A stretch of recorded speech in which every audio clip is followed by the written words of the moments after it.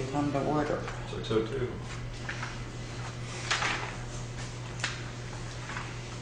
And approve the minutes of March 18th. So moved. Is there a second? I'll second.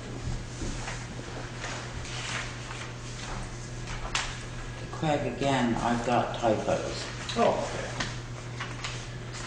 One of them I just absolutely love. I bet. You have yours there? I do. First page, second paragraph, Valley Cares. Yeah. Third line up from the bottom. Second paragraph, 1, 2, 3. Townsend could move.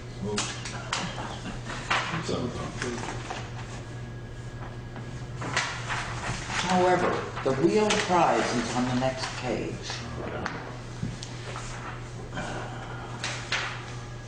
See where number 4 is down at the bottom? Number 4, approval of minutes. Yep. Okay, go up 2 paragraphs. Diesendorf. Made a motion to Wyndham soil waste. Yeah, okay, got it. I loved it.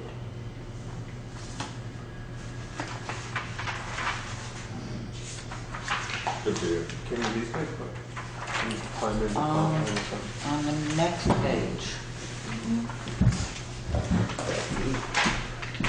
the big paragraph toward the bottom, De Servo was welcomed. Right. He left off. The sentence down below the middle that starts, well, no, the line starts. He screwed up. Hall Renovation Committee. Yes. Ingram So has it's no the H next in it. Oh, got it. And 2 lines down from that, it Yep. still has no Another H in one. it. Okay.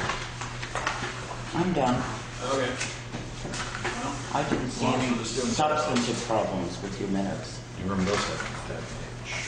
Anybody else had anything they wanted to discuss?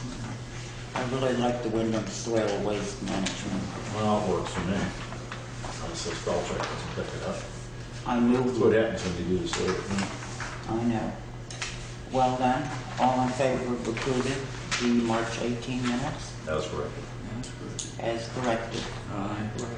Aye. Okay. Additions and deletions to the agenda. Bob DeServo will not be here to talk about town hall fire door installation proposal. However, I did talk to him, so I will brief you on what he asked me about that. It's the only- Okay. the only thing I know of. Also, under old business, we can take off the Valley Cares, because Richard is still waiting for a little information, and he's quite sure that he'll have it ready by our next meeting. We can take off personnel policy revisions under old business. What's happening with that? What's happening with that? I'm still working through it. I have a little bit more okay. research that I have to do regarding the hours that are in the personnel policy versus the hours that are mandated by the federal government. And I want to have information for the board to see how much we have spent versus how much we would have spent. Good, thank you. Rewriting it so it fits on one page. Cute. Yeah. Okay. And the East Hill Road report, we can go ahead and pull that off because I have not received that information back from. I have just a quick note about that, though. Okay, well then we'll leave I that. got an email from Mary today. All right. Anything else? That you want to delete, you're not allowed to add. You understand that, don't you?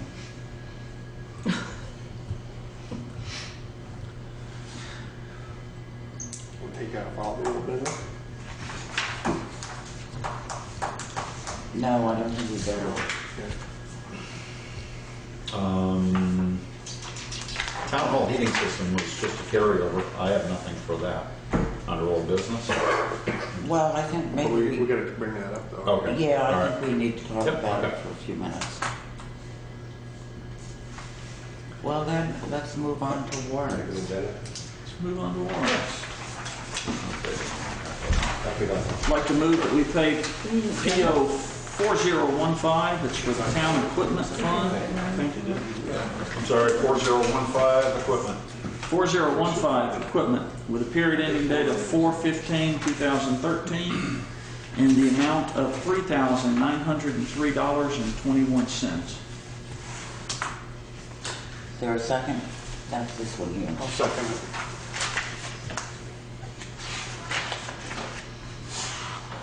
Is there any discussion about that one?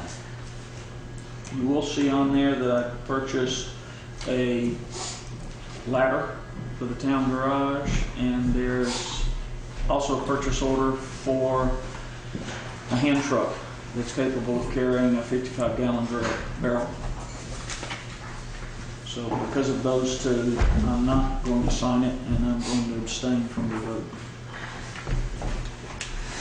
Okay, well, we've got 3 votes, so all in favor? Aye. Aye.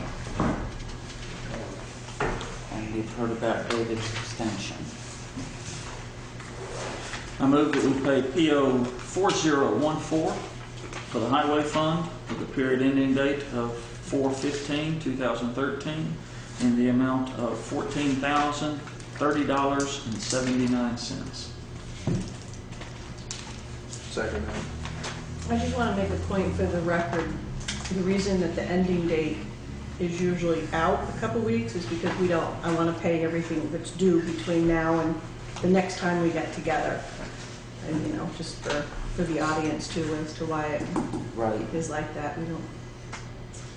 I don't put them in minutes anymore. Okay, all in favor of the highway fund warrant being paid? Aye. Okay, I move that we pay PO 4013, the general fund, with a period ending date of 4/15/2013 in the amount of $50,325.22. We have a second. I'll second.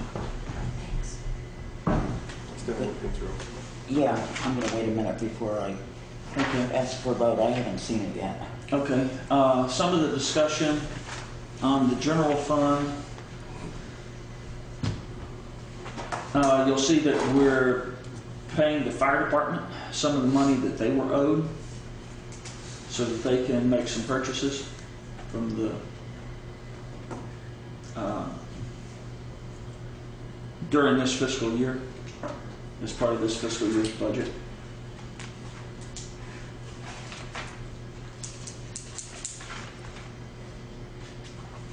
And there's money in there that you'll notice to clean up some shelving. We put some steel on the shelving in the oil room at the town garage because that was something that was pegged on the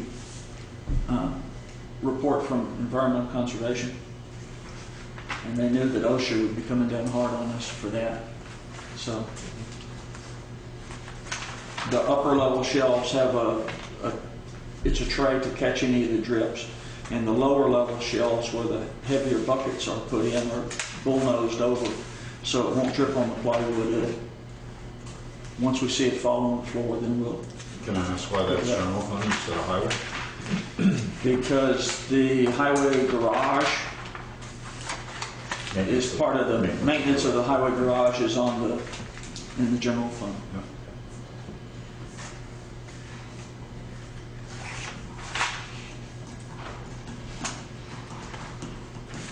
This is that invoice too about all the garbage bags. Yes.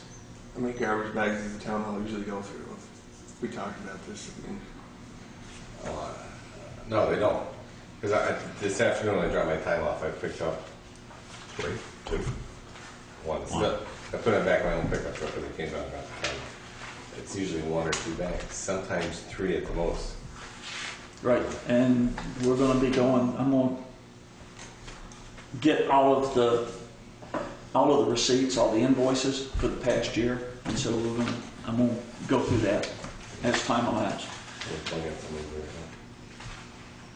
Yeah, you know, I'm not doing anything Saturday afternoons, so. I'm not gonna sit up the garage, just edit it. Just add it up. No, but a lot of bags are dropped off, correct? A lot of bags were dropped off, and so, yeah, I want to see how many the town has gone through in the last year. 50 a case, 100 They a came case. down here, didn't Oh, they? I always bring the bags down here. Yeah, they're. No, there's a lot in the case, a couple There's a hundred. lot of, a couple of thousand This in the one. case. A couple, 100. the small bags are what, 500?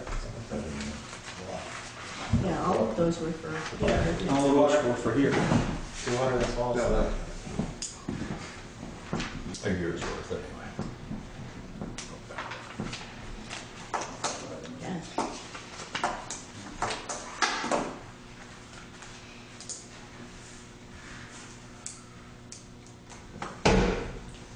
This is the two.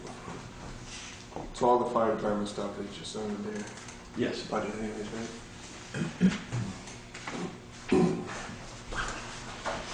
It's the items that the fire department would be paying for that don't come out of 250 is 500. the, that wouldn't come out of the town general fund. You know, if we were doing repairs to the fire station, then that would come out of the general fund. These are for items like boots and gloves and boots and flares.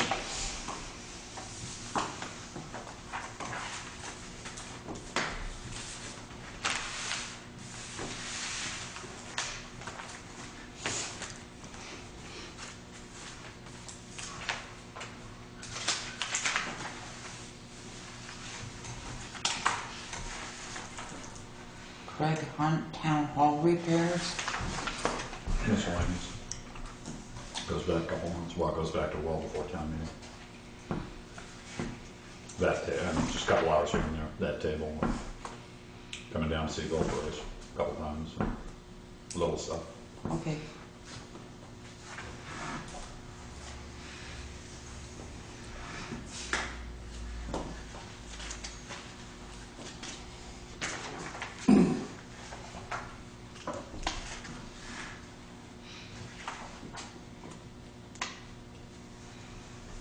Okay, I guess we're ready with this one. 4013. 4013, Town General Fund. All in favor? Alright. Move that we pay the PO for the payroll tax. It's 4012, period ending date of 3/29/2013, in the amount of $3,907.84.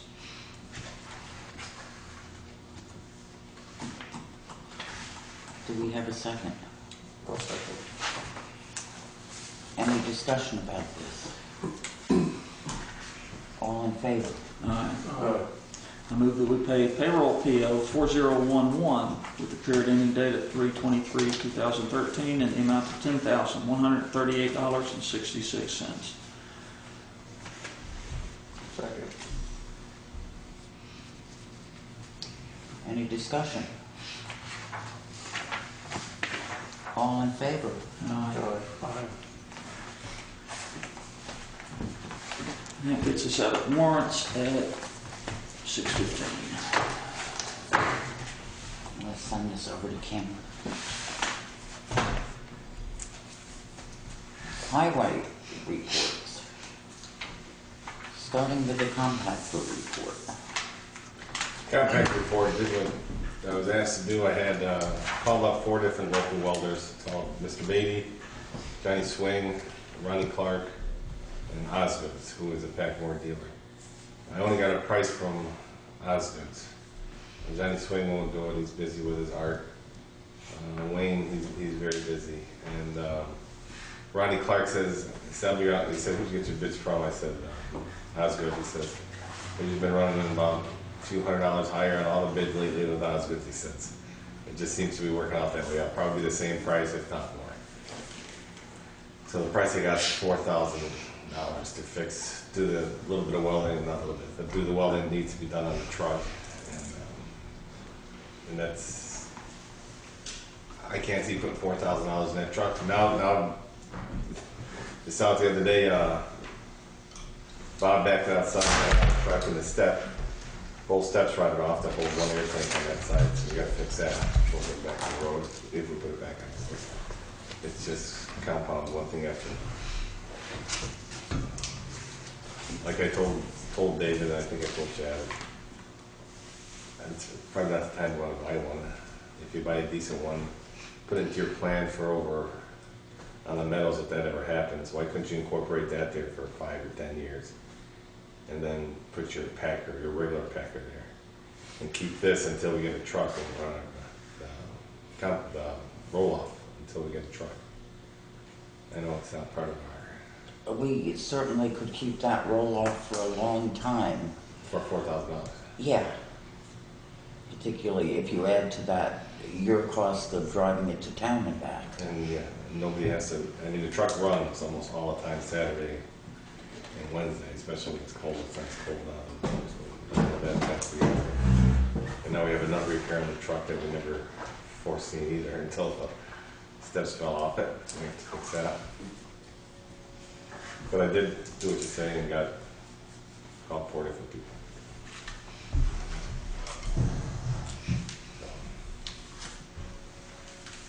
I've been looking at trucks at night at home online. I know they're expensive. Even the refurbished ones. Yeah, I've looked at them too. I don't think we want a truck. Well, we have to have something, we need to be getting out of this roll-off. Why? Because at least that truck, or using a truck, Fit our... we're continuing to make money, or we're not losing as much. With that roll-off, with the door being opened at all times, then there are people, I was in there this weekend, After. it was Sunday night, I was recording some of the meter readings, and there were people there that were trying to stop in and drop off trash. And there's no way you can close that. Well, not So you enough. can't gate it? That's a way bigger question than locking the The roll-off. roll-off, that's designed to be backed up to to be hooked up to a compactor. Mm-hmm. And the compactor pushes inside of that Yeah, container. I know. Well, that side that goes to the compactor is just a big opening. There's no door there. Well, there's a big door, but it has what, a 6 by 4 foot opening Opening in it. that goes to the compactor. So there's nothing there. So, unless you park a machine, you have to situate it different and park a machine in And front you'd of still it. be able to get into it. Or if you put like a bucket of the loader in front Yeah. of it, that's what I'm saying. But there's no other way of blocking that door off. But you would have to keep it blocked all this time except when Arnold's there. Correct. Right. And if they have the machines out working during the week, then, you know, we wouldn't be losing a lot of money, but over time we'd lose more. I doubt it would be $4,000. I doubt it would be $4,000 as well, but if we're looking at doing something, with waste management this summer, then yeah, we probably shouldn't move forward with a truck. But if we're not realistically going to have a waste management station up and running using that sited, then we should probably start looking at doing a truck. I think we will probably have some sort of a waste management center up and running within months. Okay. I would be totally opposed to I mean, putting that kind of money in a truck. what do we have to have a special meeting? I mean, we can't just decide this on our own. Well, we could, but I think it would be a bad idea. Well, we've got to come up with the money, right? To build one. Well, yeah, and it'd be a whole lot less than the $180 that a new truck would cost. Right, we'd have to do something, a special town meeting just to do that, I would assume. Right. And Where are you gonna build it? Well, that's one of the questions. a special town meeting, even if we warned it tonight, would be 45 days out. And just say we put it over there. Stick it in that field, yes. I think it'll be at least $100,000 just to put it in the field. By the time you build a road and pave an area and run 3-phase power out there for that compactor and stuff. I do know. I think it's going to be a lot of money. So you want to get this thing welded? No, You want to buy a new truck? I don't want a new truck, but I think you ought to buy a truck that you can incorporate, that you can use here and incorporate over there, like I just said, for 5 to 7 to 10 years. And then when that truck is past its life cycle, put your waste management system in there. Because you can do everything else over there. You can put your composting over there, your different color glass over there, your paper and everything. And you're going to have a truck over there that's going to be sitting right in the same spot as the compactor that you get from waste management or from whoever. Or if in 2 years we got the process in hand to put a compactor in, then there'd be a truck that we could put out on the market. And as long as we keep it in good shape. Are we going to? We're gonna have to. I mean, Well, that's fine That to truck's say. 22 years old. It just, everything is worn down. The steel is literally knife edge. It is actually worn. It's not like you can prevent that unless you replace the steel that we'd have to do now. But it's worn down. It's worn out. Yeah. Truck's not just everything's worn.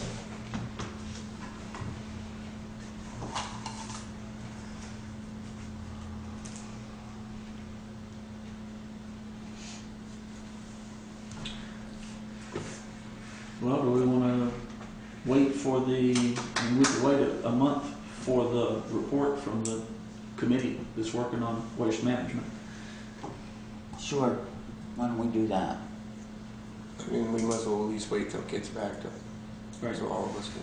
So all of us can discuss it, and that'll give But I time for think that. everybody needs to really start thinking about it, even start talking to people in town to see what the town's feeling. Right. I'm not sure that's the absolute best way to go about it in a vacuum, you know. What's your feeling about this? Should we wreck a pretty meadow or leave things the way they are? I mean, what can you say right now? We've got nothing to show them. Well, and next 2 meetings will give us a chance to have information come back so that we can have a presentation. Yeah, I have lots of information. Craig Okay. does. We're not ready for a presentation yet. And Irv has said he would help us with it. So far, we've got some other ideas for people. And it would be awfully good to have somebody from West Townsend involved in this. Who are you talking? She's talking. I can't. I'm talking to anyone who cares. Anyway. Yeah, I think let's put off a decision till, Maintain the status quo for another week. well, for a month until Kit gets back. Okay, Kim, you said you knew something about East Hill. Oh, yes. Well, I sent an email to Ben Rose and Mary Andes, just saying, what do we do now that we have this verdict on the appeal? You know, what does this 406 hazard mitigation entail for us? I didn't hear back from Ben, but Mary wrote back about that. And she is saying that they don't even really know yet what the process is going to be. She says, I know that FEMA is working through the process on how to request the hazard mitigation paperwork for the culvert. from my perspective, I think the next step on that would be for me to pick up the complete closeout packet for the culvert, so we have a complete, accurate sense of the final costs. And she wants to schedule that with me. Well, of course, I haven't put that packet together yet, but I don't think it will take too long, so I might try to schedule something with her for next week. But in the same email, I asked her about East Hill. I'm making good progress. I reviewed the complete request with AOT and FEMA last week. I will push FEMA to have a decision by the end of next week. But I think we have a decent case, and I'll give you a more solid update on that early next week. So it's in FEMA's hands, and doing the review process, and I mean, I think, you know, she's pretty pushy, so hopefully we'll know something by the next meeting, about what we can do on that. We're gonna talk about the dam deal at all? It's under course. Where is it? Yeah, it's under course. Okay, gotcha. I Just guess so- we are. New plow truck cost estimate. I've only received one price so far. I've called up everybody, and they're supposed to be emailing me or sending me email prices. When is the deadline for, April 15th. Has to be submitted. Will be done. I'll get the prices this week and fill it out. okay, and you have, and the commissioners have talked about what kind of customizing you really need on it? And as far as equipment, We've talked about it somewhat.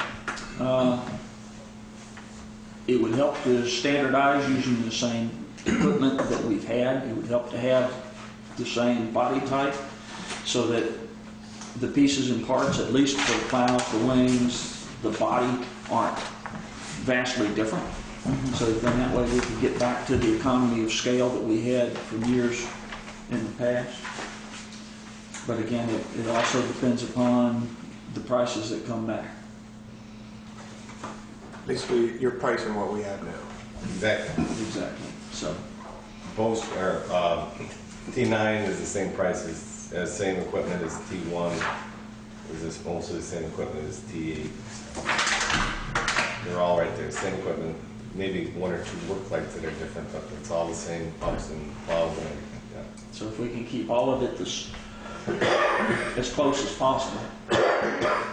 And it'd be nice if we could keep the engines and the transmissions the same, but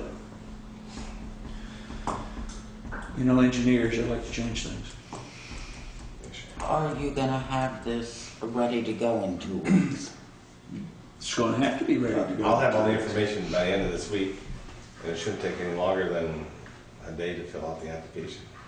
Yeah, I know Doesn't- I know they I ask on there, you know, for the particulars about the vehicle, but I think at the time, if we're not completely ready, if we say, well, it's going to be between these two, depending on where the bids come in, and this is what we're looking for, as long as we're looking for a lot less than what the vehicle is worth, then I think we'll be okay. We'll just tell them that, you know, it might come down to these two particular brands or, you know, places. I don't think they will have a problem with that. All the not manufacturer, all the salespeople, I told them about this municipal loan, and they all know the deadline, so it's gonna be this week. And we can sign it, review it and sign it the 11th when Chad and I meet with the highway garage, and so that we can get that grant in. It doesn't mean that the town has to accept it if we receive it, but it means that we can get the grant Get in. it. And we can send anybody a copy of what we're Yeah, and send it. just so you guys So I'll get everything filled out except for some little information and make sure that Kurt has it so you can sign it. I don't know what I'm reading. know. You see the number, right? You know that. Yeah, I know that. Thomas made there'll be at least 4 wheels in it. No, sir. I said at least Your car tool service. We could down Safety tool service. brakes, steering, you know, those things I understand. I get the steel toes. It's hard to fix it. Yeah. Anything new on the fuel system? The fuel system, more parts are continuing to drip in. We should have someone here from Beardsley the week of the 9th, which would be next week, to install the pump. I'm trying to work out with people with the fuel management system so that we can install the software remotely. And then sometime the week of the 15th, they should be here to hook everything up, and we can get all the fuel keys out to all the trucks and go through a setup. But as I've said, I know I've said to the meeting at the shop, and I think I've said it before here, when it's set up, we're going to want to make sure that we've got a couple of ways to turn it off so that if the fuel management system isn't functioning, we can at least go bypass it and go back to manually recording systems. So, you know, so that no matter what happens, we can continue to get fuel. David, you've got minutes on the floor. Can we have them? Yes. Okay. They should be out of camera. Okay, So we we'll should keep hear from everybody you. updated as more information comes along. Anything else for the highway department or the commissioners? We're going through mud season is starting to get bad, so big thing that I could ask, you know, if your road starts to get problems, call the highway garage and leave a message, and we'll add it to the mix. We were out today, they really changed from Saturday morning till this morning. They really hardened up a lot. I know he still has, and peaked and whatnot. I got a call Friday at home about West Hill. So I went up West Hill in my pickup truck. Well, my tires are pretty much shot. They really are. And it's fine. I went up there, but I hate to say it. Our line, you know where our line is. And then I went into the next town. I mean, that was awful. The next town sent up. I think they had the area confused there because it wasn't really that bad Saturday morning by any means.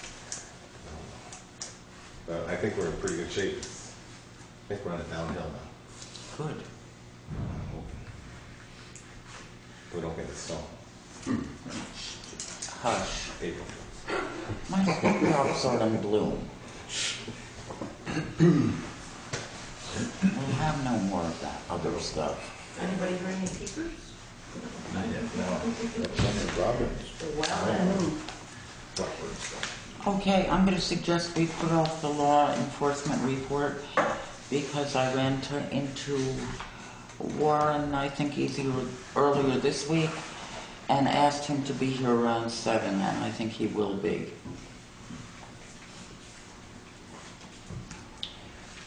We've all had a chance to look at the town clerk's cash receipt report. Kim, I think that gets us up to you.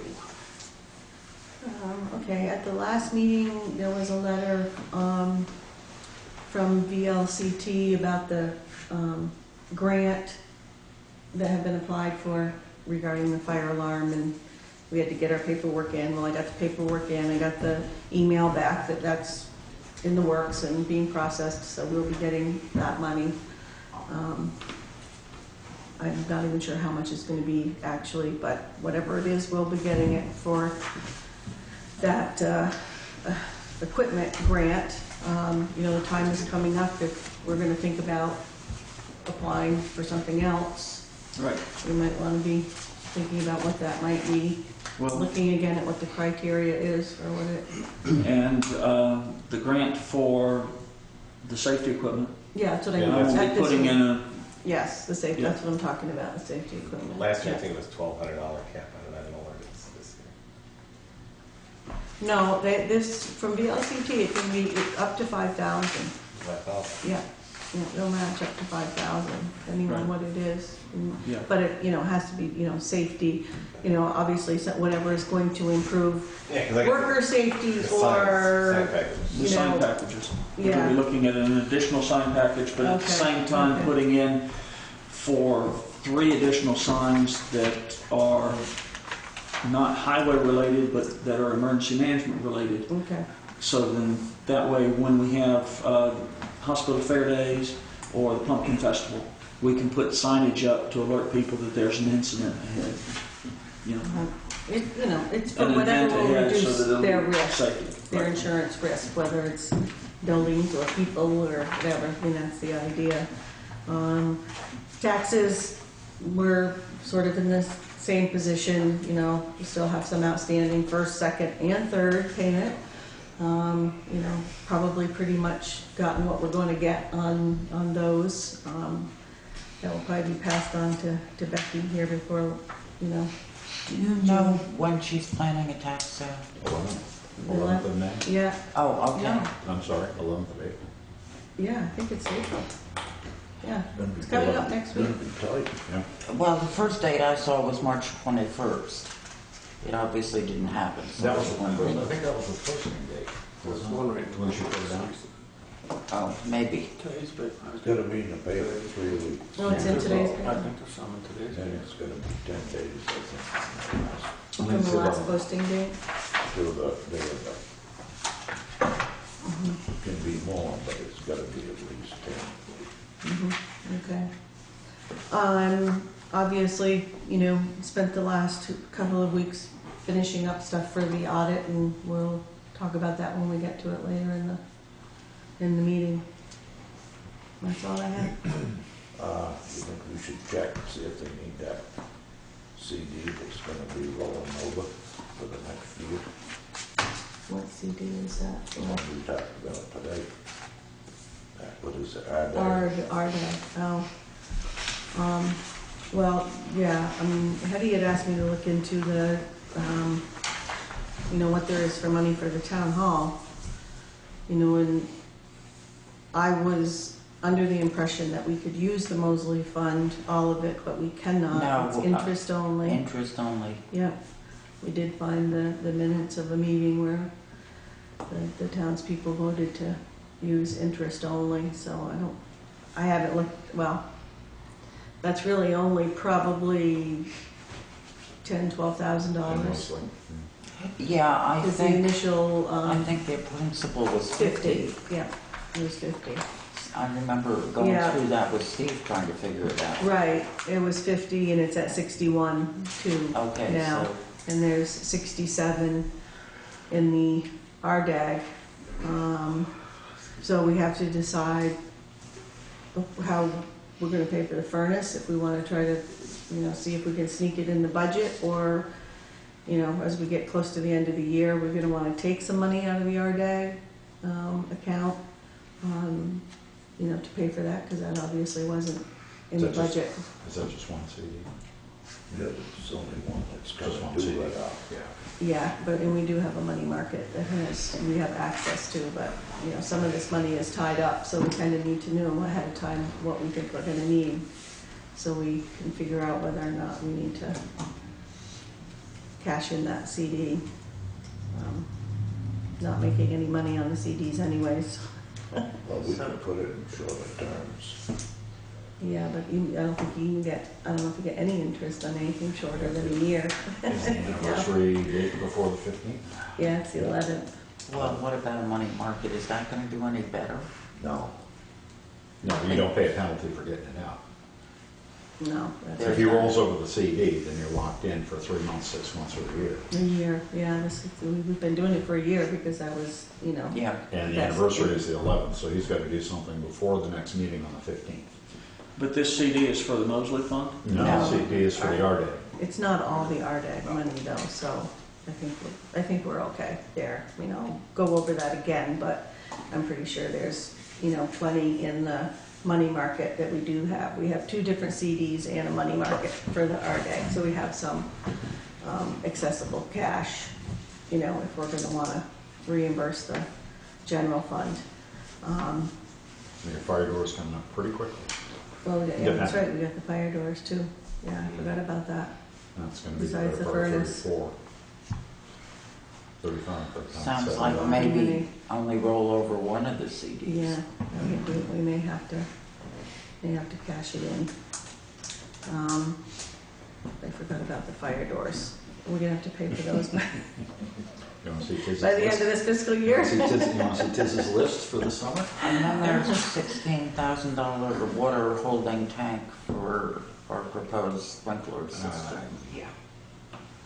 It just doesn't stop. No, it doesn't, and there's, certainly not enough money in those two accounts to pay for, Much what else. supposedly is going to be proposed for the town hall. So there's gonna have to be another way to raise some money or start thinking about, putting some more aside every year or. Oh, I know. I mean, the big plan is hundreds of thousands. Yeah. Well, it's a and lot that's of one money. of the things that Bob was discussing at the last meetings,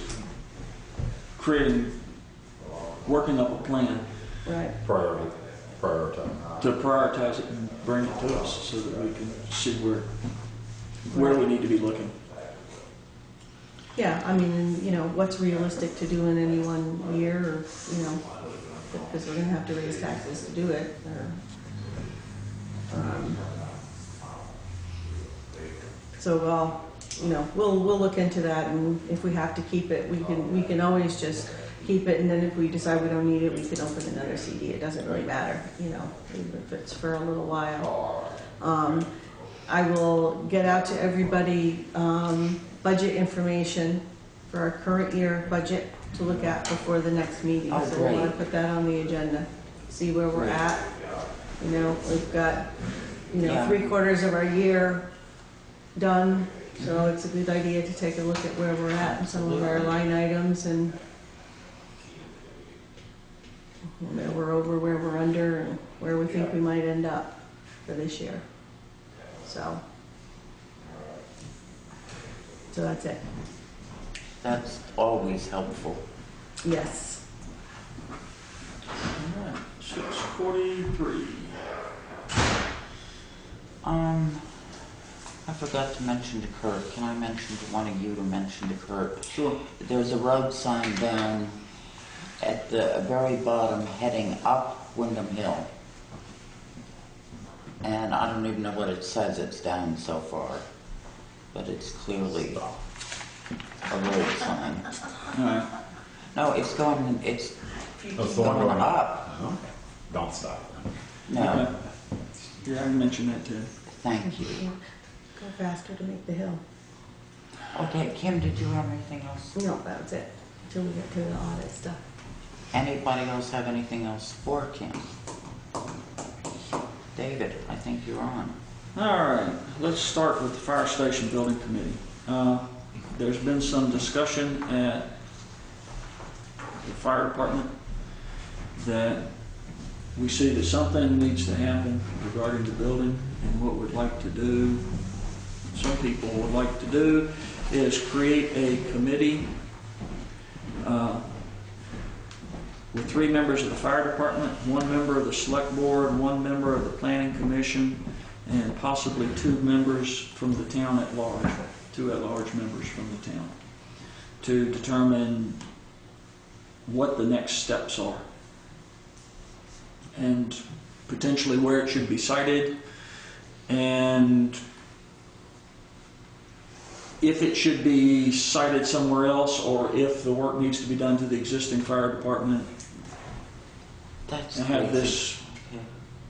committee charged to do that research and bring it back to both the fire department and to the select board.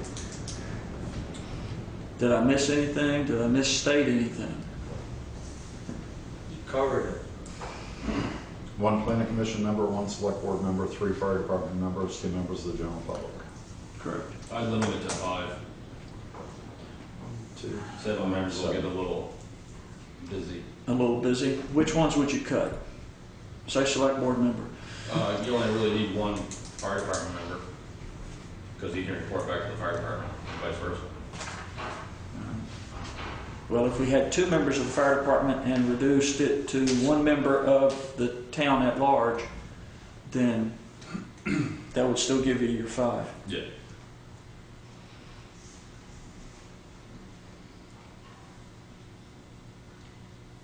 Okay. All right. Is everybody agreeable to that? That we'll, The fire department creating a committee? Committee is going to be created under the auspices of the select board. The fire department feels that it's the select board's, not, well, I'm trying to think of the right word. It'd be under the select board's purview because it's a town, it's the town's building, and the fire department's just an association, so we're just the manpower. So for it to really, to deal with the firehouse itself it's a town structure. I mean, the fire department has a great vested input on it because they're the ones that have to use it, and they're the ones that know what they need. But we feel that it should be more town driven because of who's paying for it, it's the taxpayers, and that it's a larger picture. So the fire department felt that, yeah, they should have some input on it, but they also felt that they needed to have the support of the town too. And to do that would be having the select board involved and people at large. That's a good way to go. But I want to be really clear here because we've had problems before.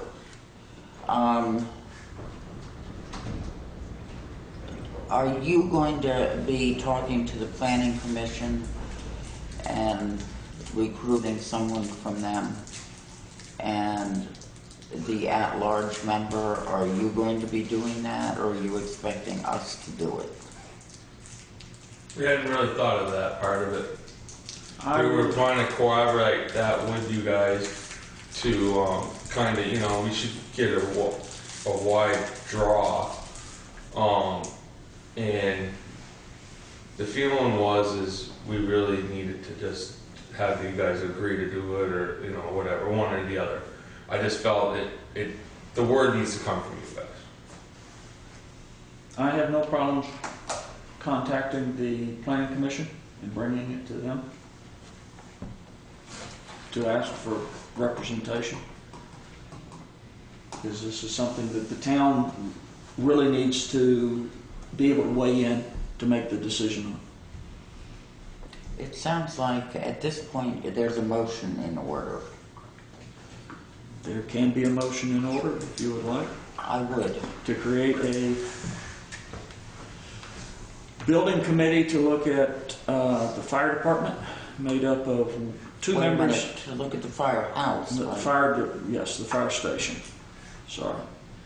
Consisting of two members of the fire department, one select board member, one member of the planning commission, and one at-large member from the town.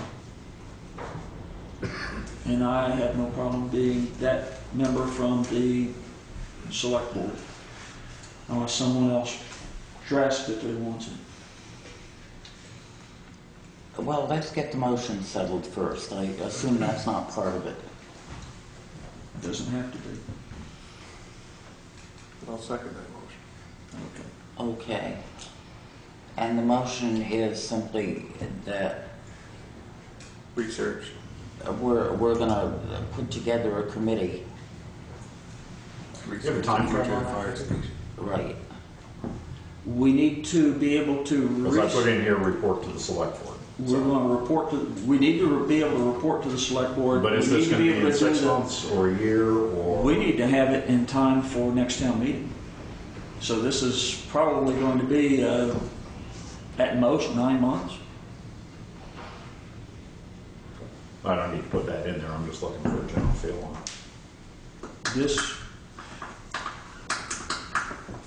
Oh, well, okay. Chad seconded the Yeah. motion, so. For the select board to create a building study committee, you said building committee, we said building study, but anyway, for the select board to create a building study committee, including one planning commission member, one select board member, 2 fire department, volunteer fire department members, and 1 member of the town at large, to report findings to the select board. Does that sound like your motion? that'll work. All in favor? Aye. Okay. Now, I suppose we can move on to, you're willing to volunteer. I wish somebody else would, frankly, just because you've got A few things, yeah. Yeah, you've got two really major things, and this sounds like one that, if it's done right, somebody ought to have a little energy to put into it. That it's gonna be involved anyway. Well, that's true, but we would like it to be on a lesser level so he doesn't neglect his highway duties or emergency management or something. Anybody else on the board willing to be on that committee?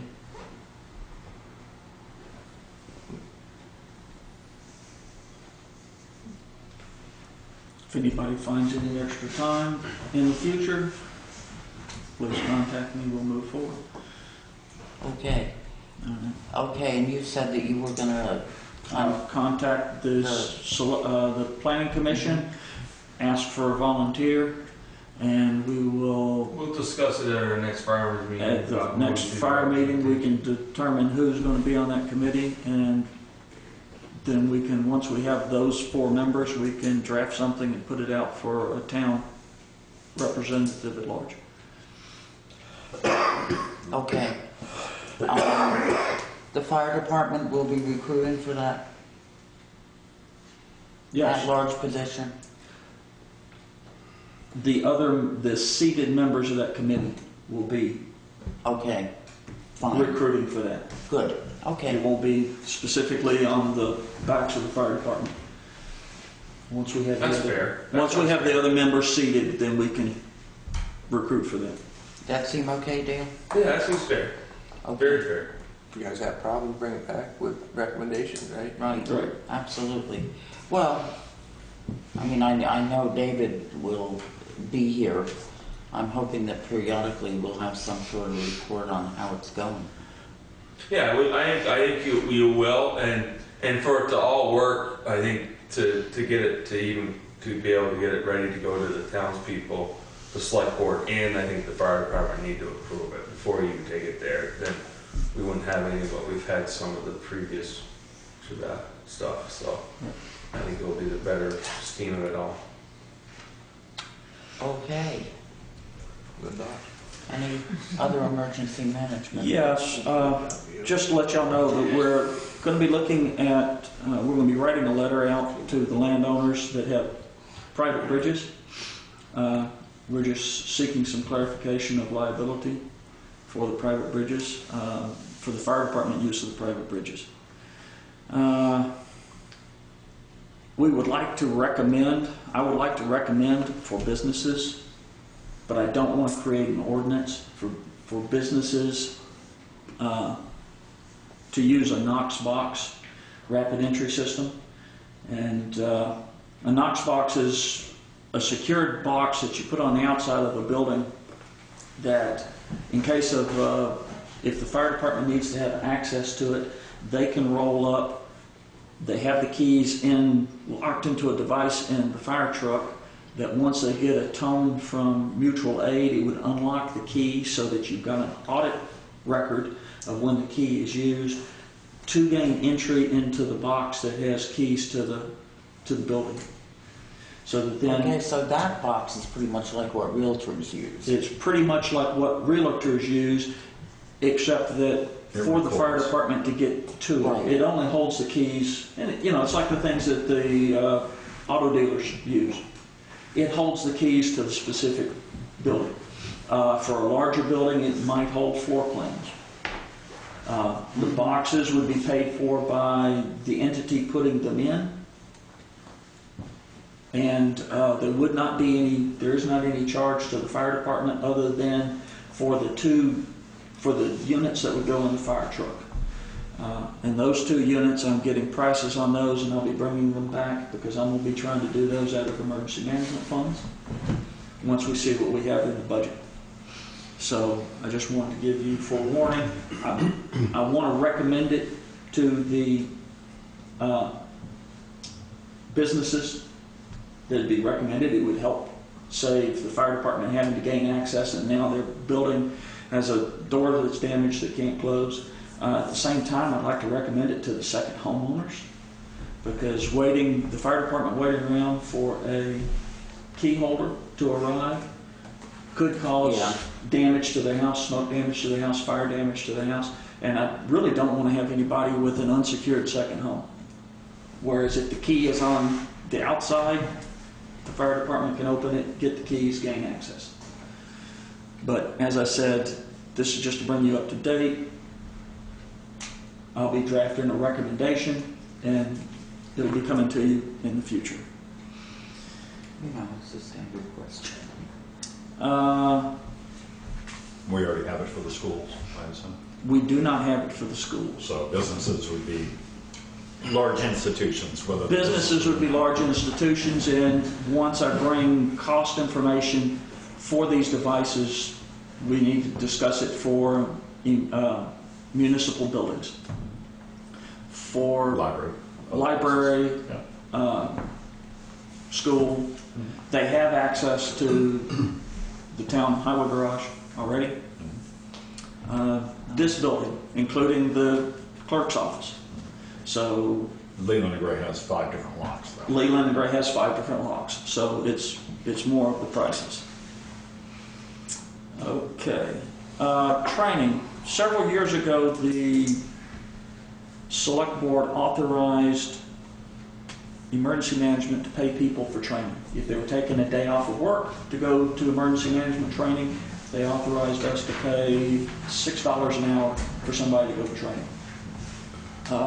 They had to be a member of emergency management, fire department, rescue squad, or their pay would go toward paying those dues. And the fire department is actually looking at doing some training with Newbrook, and I wanted to get your feeling for if this is some training that we would offer to them. In the past, if somebody went to take training, we would pay for the training, but they had to pass the test, or they had to be able to pass an exercise. So if they took training on a certain type of pump, then they had to help pass that exercise. Otherwise, they had to pay the training back. And we had one person that received funding to go get some EMS training and didn't pass the test, and so we got that money back. It's part of the stipulation. So it would be the same deal with the fire department, that as part of getting the training, then every so often we would set up an exercise to make sure that that training is still sticking, to make sure that everybody that's received that reimbursement is continuing to maintain that knowledge. But I didn't want to do anything without bringing it here to the board. Of course, it would come out of the emergency management training budget. I mean, is the training any old training, or is it certain, how do you want to say, is it just... The examples that I used, the examples that I used back when we started this was for ICS 200, ICS 300, which are multi-day classes.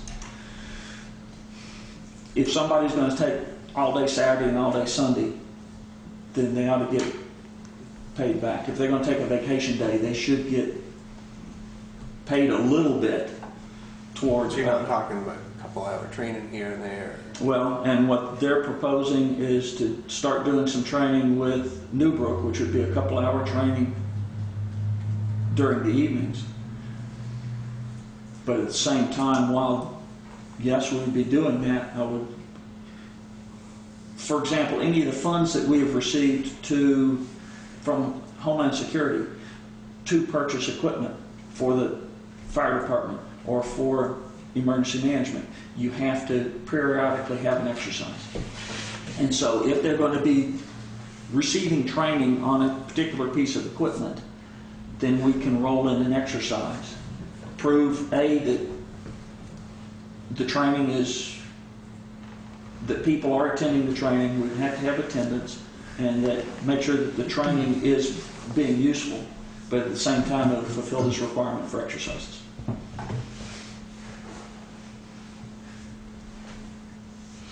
I think it sounds good. All right. Well, let's discuss it at the fire department and see where that goes. Okay. You'll see that in the warrants there were some frequencies that were purchased by emergency management for use in Townshend Village. To keep communication between the schools, I picked up a frequency so that the biggest problem that we have right now is during a crisis, the elementary school and Leland and Gray can't necessarily communicate. And what this will do is this will give them a common frequency that they can communicate with, but at the same time, the sheriff's department will be to communicate with them. It will also facilitate us getting communication to Grace Cottage Hospital, so that if something happens at one of these two schools, when they go into lockdown, then we can alert Grace Cottage that maybe they should go into a lockdown as well. That's done by radio, or This will be done by radio. so the grade school need a radio? Or? And the grade school actually has 2 radios. Do it? Well, emergency management has Collecting radios. the emergency management has 2 radios that are assigned there. The last thing that I want is to spend taxpayer dollars to buy emergency management radios, put them on the shelf, and when we need them, they don't work. So there are actually 3 that are owned that we're going to be using during field days. One of them is stationed in the town clerk's office, and 2 of them are at the elementary school. Leland and Gray already has some radios, and so these are set up to use common bands, so that when things like field days or an incident occur, if schools aren't using them, we're going to grab them. So it'll give us more radios for use during major events like Irene or Sandy. Okay. I'm also going to be creating a memorandum of understanding for use of the town hall by schools when they need to evacuate. If they have to evacuate the school, we're also going to be creating an MOU for use of the Catholic Church. Because when the grade school needs to evacuate, we need to make sure that they've got keys, that the liability is covered, that everybody, both parties understand. The town hall is another place that has the capacity to house the students. And at the same time, I'm going to be rolling in an MOU for evacuation of Kimball Farm, so that if they can't go from there, if they need to evacuate a campus and can't go to the other campus, that they've got a place to go to. All right. The Spring into Health 5K run is coming up, and I'd like your permission to do at least allow emergency management to monitor, to help Grace Cottage monitor to make sure that all of the racers that start the course finish the course, or that at least we don't lose any people. So in the past, what we've done is closed the common road while the race is occurring, because they start the race on the common road, and then once the race is picked up, we'll remove the cones. We've also put cones down in the middle of Route 30 just to keep the racers from crossing over the road too early, and we want to try to keep them running opposite traffic so that they can be seen. Because there's about 25% of the racers that are running, and the vast majority of them are walking. So it's about 2 hours for them to complete the 5K course. All right. Also, those of you that were in town meeting 2 years ago will remember that we put money into emergency management funding to pay for part of the generator for the town hall. So I'm starting to look at models of a generator that would power the town hall, but at the same time looking at similar models of a propane fire generator that would power the highway garage. So that I don't want to get into 2 different models that are used in different parts. So that information is coming up. I am working on the basic emergency operations plan, which the majority of it is a contact list that we do every year after town meeting. And whenever there's a major change in town government, it does have, if an incident, an emergency is happening, it's a good section of it is a checklist as well. Just, check the box and follow what it says. And so most of the times you can be corrected. We do need to get this done and signed off on so that we can get it to Vermont Emergency Management and Homeland Security. So I'm working on that. And I'm also working on the hazard mitigation plan. And so you'll be seeing more of that. I've already alerted the Planning Commission that I'll be attending their meetings from time to time to get their help to work on this process. And finally, if there's anybody out in TV land that would like to help with weather reports, Townshend Emergency Management would like your participation, contact Anita Dean at the town clerk's office. She can get a hold of me. And if anybody has vast experience with social media, I'd really like to talk to you, because Facebook is driving me crazy and I need your help. Okay, so at 7:08, that's it. Okay. Rick, I'm assuming you're here to talk about red. Dale Davis, were you here for anything else, or are you Just observing now. okay? And how about you? I'm here to talk about parade. A parade? Parade. Okay. Well, let's hear from Rick first. Come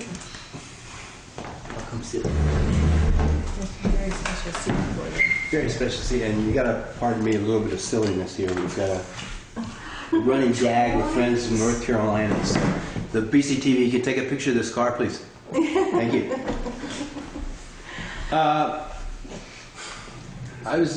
You got an email from me. Yeah. And I've been communicating with Craig, and he just sort of asked if I'd come up and talk to you, and I don't know how interested you are, but I'm sort of just feeling out the situation here. Y'all familiar with the rural education district as a concept anyway, Yeah. right? Okay. I'm not here to talk about the rural education district at all. I only want to speak toward, and that's been a less than pleasant experience. If, and I repeat, if the rural education district is approved and it goes into effect, that building will immediately become the property of a new union. Okay, Leland Gray will be dissolved, Newbrook will be dissolved, and you'll have a bigger union that is made up of Brookline, Newfane, Jamaica, and Townsend, and Leland Gray will essentially no longer have its own board. So once more. Well, wait a minute. You said the fire department? No. Oh, okay. You said it would become the union? It would become a union school district. Okay. Similar to Leland Gray, but now encompassing pre-K through 12. Okay. My concern, and the reason I even brought it up, was the fact that you'll then lose any and all control over virtually your entire common. There are numerous things that can happen. Nothing is set in stone. One of the concepts is to build a new school out of town for both Townsend and Jamaica. That, of course, will depend on a bond vote and whether or not people vote for that. There's a possibility exists that all the Jamaica students will be brought to Townsend. Okay, and again, this is all hypothetical because absolutely no decisions could be made until such time as that new district was formed. But again, if all of Jamaica came to Townsend, you're going to greatly increase the amount of traffic and the amount of cars that are parked on the common. And we already know, all you have to do is look at the elementary school and how much space they take up these days. And it's neither here nor there, it's neither right or wrong, but that's a fact. I am suggesting, or what I wanted to suggest to Townsend, and this is a personal opinion, totally, is that you jump a little bit in anticipation of the fact that this might pass and draft a letter stating that you have a municipal interest because of your past experiences and because of the fact that whatever happens to this building has an impact on the municipality, and that should this pass, you be given a special seat at the table on this board anytime the issue of the building comes up. You're going to be told, or you would be told, I would suspect, that, well, you're going to have representatives on that board anyway, just like you do with Leland Gray. The big difference is, and you all understand boards and how they work, the Townsend representatives on that new board will not be there to represent the municipality. They will be there to represent basically the school children of Townsend. And like any board, they're going to be working what's in the best interest of school children. So they may think that merging Townsend and Jamaica into one building in Townsend, for lack of a bond, is a good idea. And it may well be from an educational standpoint or a cost-saving standpoint. But that doesn't even take into account the impact on the town. So in theory, I'm just sort of saying that, you know, I'm looking back on the history. I'm looking back on a lot of select board meetings that I've sat in, a lot of disagreements, a lot of discussion, a lot of responsibility, like David's already mentioned here. That was him talking about being able to take care of the school children if something happens. You know, all this is being put on the town. And it's been my experience from when I was on the Leland Gray board that Leland Gray and the people on the board really could care less, because Leland Gray tends to come talk to you when they want something. But have you had anybody come talk to you and just say, hey, how's it going? Are we creating any problems? No officials from Leland and Gray have come to talk to us. Some students have about boot drops. So, you know, That's been the extent of our contact with them. If you just basically make it known, starting with the educational commissioner, down into the Department of Ed, and all these people have to look at the articles that go up to the state to approve them. All the legislatures that cover the whole area, that would be Merrick, Oliver Olson, Carolyn Partridge, and I don't know, does Wyndham have a second one now? They used to, because Oglehosky used to represent Wyndham along with Carolyn, so I'm not sure how that works.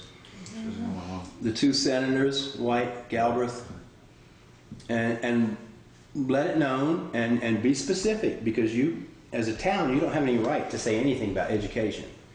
But be specific that the town has a distinct municipal interest in what happens with this building, and if the education district passes, then you want to be assured some kind of a definitive input, and with an appeals process even. I mean, you know, be serious about this, on how that building's used, because it will have an impact.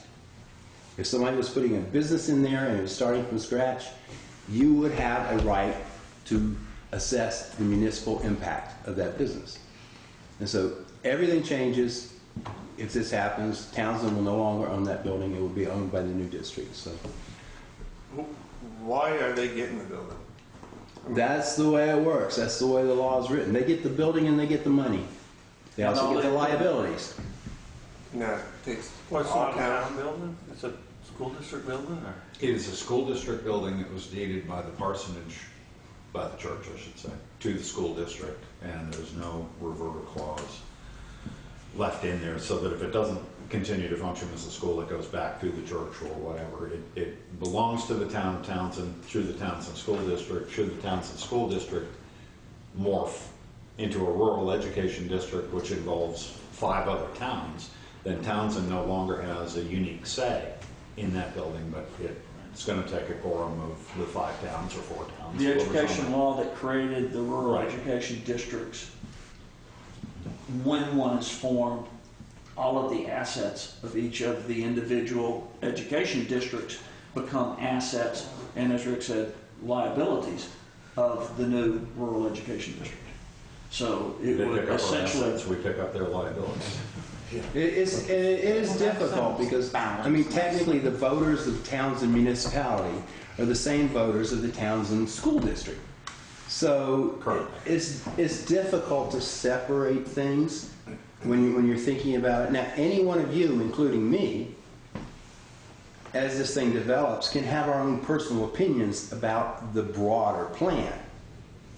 You learn what everything's got good points and it's got bad points, and you have to make a decision as to whether or not you vote yes or no, and that's your personal preference. But the municipality has no right to say, don't vote for this.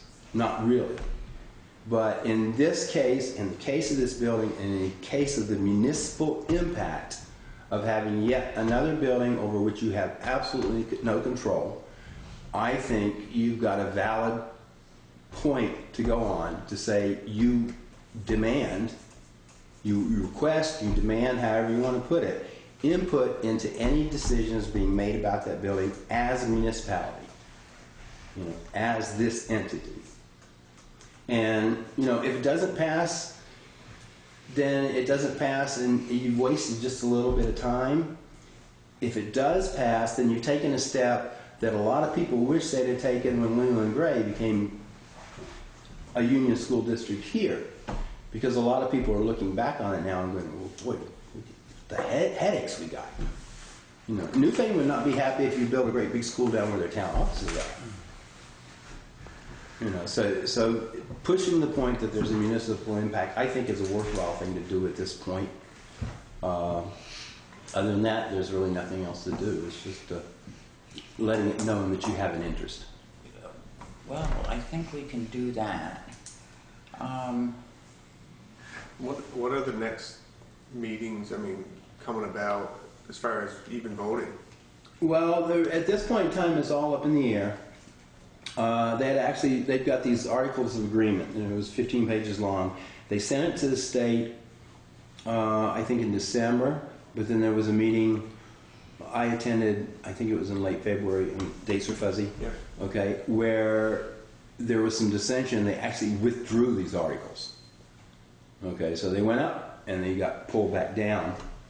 The next meeting is Wednesday at 5 o'clock or something, and I was going to go, but it's going to be more, let's say, philosophy driven. It won't have that much to do, or it's not what was on the agenda, or supposed to be on the agenda, was not going to be the nuts and bolts. They were hoping to have the votes around the time of June 15th, but I don't know if that timeline will be interrupted because they did pull the articles back. But early summer was what was projected, and of course there'd be informational meetings before that were planned. But as far as the absolute details of how that's going to come down, that's still a little bit fuzzy in my head still too. So, Rick, you seem to be going to these meetings anyway. I'm not really sure. I went to the last one because of input from some people as to what was going on. I'm going to this one because they'll be talking about building use. So, and I'm not really sure how that works out, because it seems to me they've already come up with a decision, but now they're going to talk about building use, so I'm a little fuzzy on that. But I could not guarantee anybody that I'd be going to all the meetings. It's just sort of an interest in my part, and I'm also trying to figure out whether or not it's worth voting yes or whether or not it's worth voting no. Can we take advantage of your interest if you're going to most of them? Can you? I'll fill you in on anything that I see as having a distinct municipal interest. That's what I'd be I'm happy to asking do for. that. That's easy enough to do, because in most cases, most of what they talk about will not. It'll be a personal interest for Yeah. voters of the town, but as far as the municipal interest, most of what they talk about will have nothing to do with the municipality whatsoever. I mean, even if you're willing to let us know on the meetings, you know, I don't ever hear anything about it. Yeah. And so I think if you can just keep us up to date on what we need to know to protect the town. No, I'll be happy to. I'll be happy to do that. That'd be great. Okay. Well, So, I mean, do you have any other sound questions? okay to anyone else? Sounds good to me. Okay, great. Yeah. Okay. So, you know, it's just trying to get a jump on things before something happens and you end up regretting it. You know. Okay. Craig, Can Rick and I work on a draft letter to send to the board? Good. yes, Thank you. We'll get something together too. great. Okay. Thank you, folks. Have a good night. Thank you, See Rick. ya. Laura? Is that it? All right. Come on up. Some drafts. Yeah, it's easier to work off of something than it is to create something. Oh, you So I'll need do to something to play with. Okay. As you know, Townsend has a whole bunch of people that love horses. I'm sorry, would you introduce yourself? Oh, I'm Laura Richardson. Laura, I'm sorry? Richardson. Richardson. Okay, thank you. And we also have a whole lot of things going on that are really amazing, like the Kendall's Farm School and the horse rescue. New Thane has Winchester Stables, a therapeutic riding program.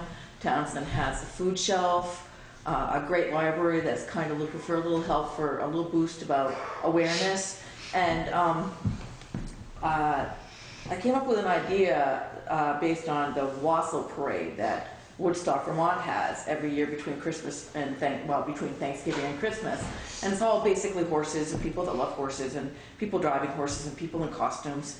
And I thought it'd be really fun to maybe, you know, celebrate Townsend's love of horses and also bring awareness of all the really good things that are going on in this town that a lot of people don't think much about, or it doesn't seem as if a lot of people think about them so much. Maybe they do, and I'm really nervous.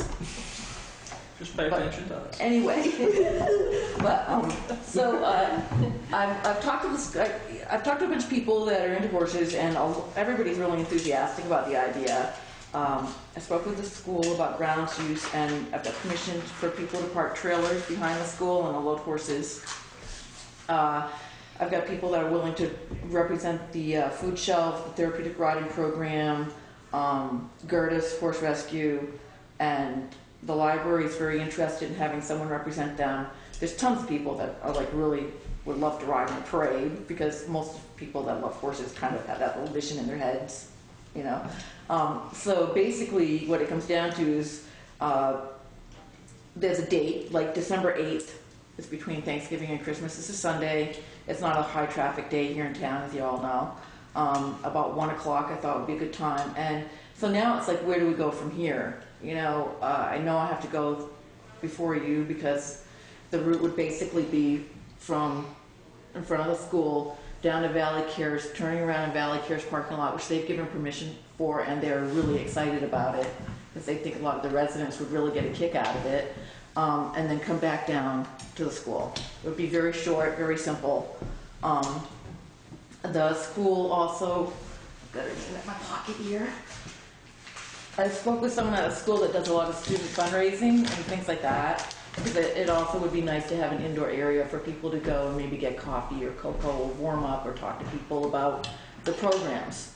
And so she said that she would be more than happy to help initiate that with the students so they could make some money selling this stuff, and also the people that are maybe having booths or whatever to talk about their school or their food shelf, whatever, would have a warm place to stay and talk with people. So there's a lot of enthusiasm for it, but I'm sure it's going to entail something to do with all of you. Like, Where do you want to put the booths? Stuff? in the building where they have the plays and everything. Right here. Oh, right here. Oh, wrong direction. Yeah. Yeah, that way. Sounds good. So, and she's involved with the school. Her name's Gerald Julian Sisse. I don't know how to pronounce her name, but anyway, she does a lot of stuff with the kids for fundraising and stuff. So, and she likes the idea, and she said that she's sure it could be done. It's not really problematic, except for the fact that we're going to have to block off Route 35 for, I don't know, an hour at most, maybe less. About like the alumni parade or something? Yeah. Yeah, so, and that, I think that requires some kind of constable or something as well. Sheriff. I'm not, this is where I'm kind of in the dark. I don't really know where Would it you- goes. Need both sides blocked off or just, Well, we have to cross over, I mean, somewhere. And I thought to have a nice flow would be better to have both sides blocked off, unless we all stop at, Right, well, we can't block both sides for an hour. okay. Depends how many horses. I mean, if it's Yeah. a single parade of easy road horses, you can have caution horses and some very slow traffic if it's very monitored and they're off on one side. Yeah, it seemed But like if you one have, row would be. if you have 60 horses there, then that will take some time to march them all up. and I down. think initially Well- there's not going to be that many. And I don't even know how much of a turnout the town will have. I know there's papers that for, you know, something like this, they'll let you put an ad in for free, that kind of thing. And I'm more than happy to coordinate it. So basically it's just, you know, it will probably be one side of the road, but we'd also have to have someone to make sure that we were safe to cross over to go to Valley Cares. And then back over to the other side of the road. We could probably pull up at Valley Cares and stay there for a while until everyone's in. I don't envision more than maybe 20 horses. Depends. You know, there is a lot of enthusiasm for it. But Roger Porter said he'd be willing I'll let mine to out. drive. And Sarah and Ben are willing to represent the food bank with a wagon and some horses.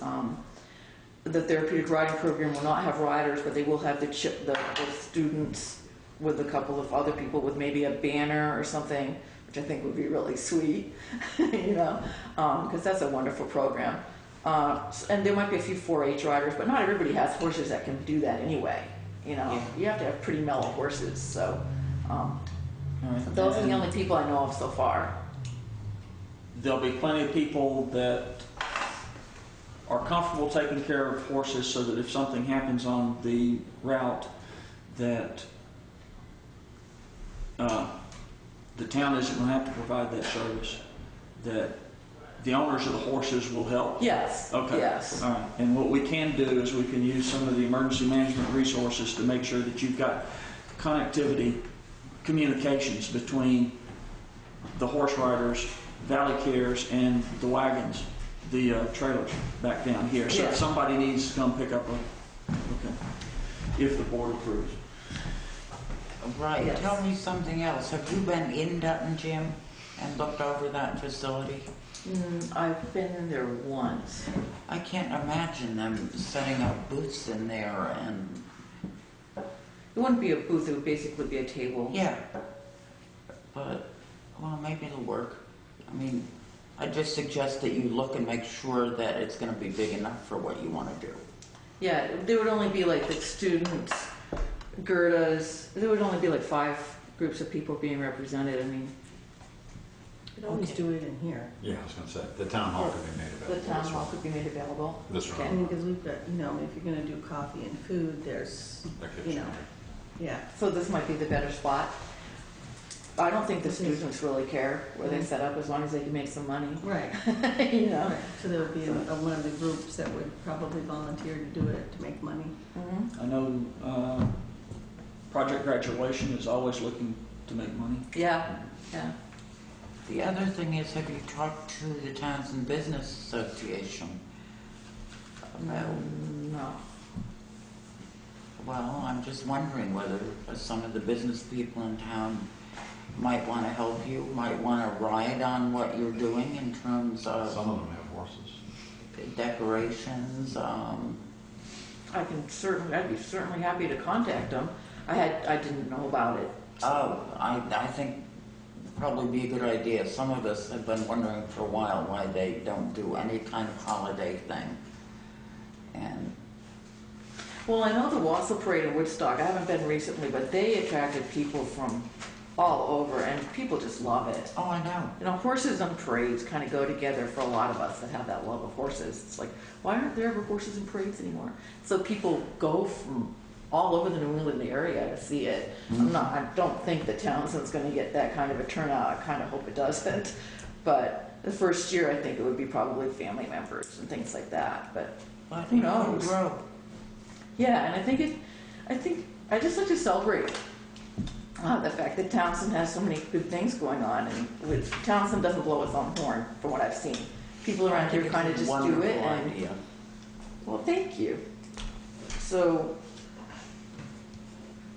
what do I do next? Can I get contact information? Do you have an email? Sure. Just Yep. name and a phone number. I have both. And I can get you in touch with the chair of the business association. And we can email. 9 months lead time is a lot. That's probably the most we've had on a request in a long time. Well, I've been It's thinking similar- about it for almost 2 years. I just haven't coordinated it yet. That's The, okay. the setup that we use for the Spring into Health 5K run will play right into this, except we won't have to close down the common. No. Thank you. The only other thing is clean up afterwards. I'll do the pooper scooper. Okay, I'll so do the- y'all are gonna provide All we that? have to do. Yeah, we provide that. Okay. Usually if you've got the horses, you gotta clean up after them. It's kind of part of the gig. Just, Yeah. It's actually can be kind of fun. Sounds like it. Get a clown. get a clown to- Whatever. They get somebody in the clown outfit out there goofing around, honking a horn. So, How do other people feel about this? Sounds good to me. why, thank you. Is there a name to this? I was thinking on Holiday of Horses. Okay. Was what I gave the Kind of a school. working title Yeah. so far. Okay. Craig will provide me with your email and we'll start getting some plans in place because we're gonna have to contact the sheriff's department. Yeah, I figured that we'd have to have some kind of thing like that. David is an emergency management director, but Does also that traffic cost control. you? Do you have to pay for that? I was hoping it wouldn't cost anybody anything. Most of the really. time, they've been doing it pro bono for the smaller events, but we will see what it's going to cost. Mhm. Okay. Yeah, we'll see and bring that information back to the board and to you as well. Okay. And would you come back and see us after you've got more plans underway in a few months? Just Oh, yeah. great. Yeah, gladly. We'd like to keep up with what you're doing. Mhm. Except for that West Townsend community group would be happy to probably do something and be involved somehow. But that's too. true. So the business, did you I will contact get you in them? touch with the business Okay. association. All right. I'll send you both an email and have the addresses, share the addresses. I think I had the West Townsend. At one point in time, I had their contact information, but I'm not sure if I have it there, but I know I did. ones that Craig, are maybe doing you the could new send, cafe and- well, Yeah, but I can. After I get her email address from you, we'll do it. okay, thanks. I love delegating. So, are we all set then? I think. All right. Do people have any other questions they want to ask her? No, just, no. I think we're good. Thank you. That was so much easier than I thought it was going to be. But you're going to be like, I But hate the that. highly specific positives. Okay, well, you're not, no. Name just came through, and I wasn't sure it was right. Yeah, Laura. Thank you all. Okay, let's take a quick break here. Not sick. Have some coffee. Coffee Jeff's sounds like not a good here. idea. Huh? Coffee sounds like a good idea. Yeah. Jeff's not here to steal cookies for me.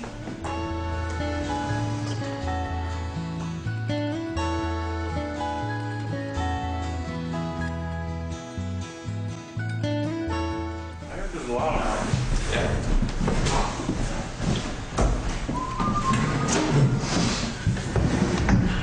Should ask the state, new schools that got rid of all, we just had a big upgrade in National Way. All the old stuff. Oh. You're right. We've done David. I think it's too late now. What do you want from us? Volunteering equal? Nothing really. Oh, okay. What we were considering was And you staring at that us. all of those state buildings was moved into national National life. And It was all new stuff that they put in. oh, that's what they seem to do. Yeah, big money. And we thought maybe we could get some more chairs out of them, but State of Vermont surplus. Oh, shit. Yeah, you're gonna pay for it though. What are you gonna? nothing. Oh. 750. And I think we are up to correspondence. And let's start with Kim. And me, Well, it's just. you all got a copy of the determination, didn't you? Yeah.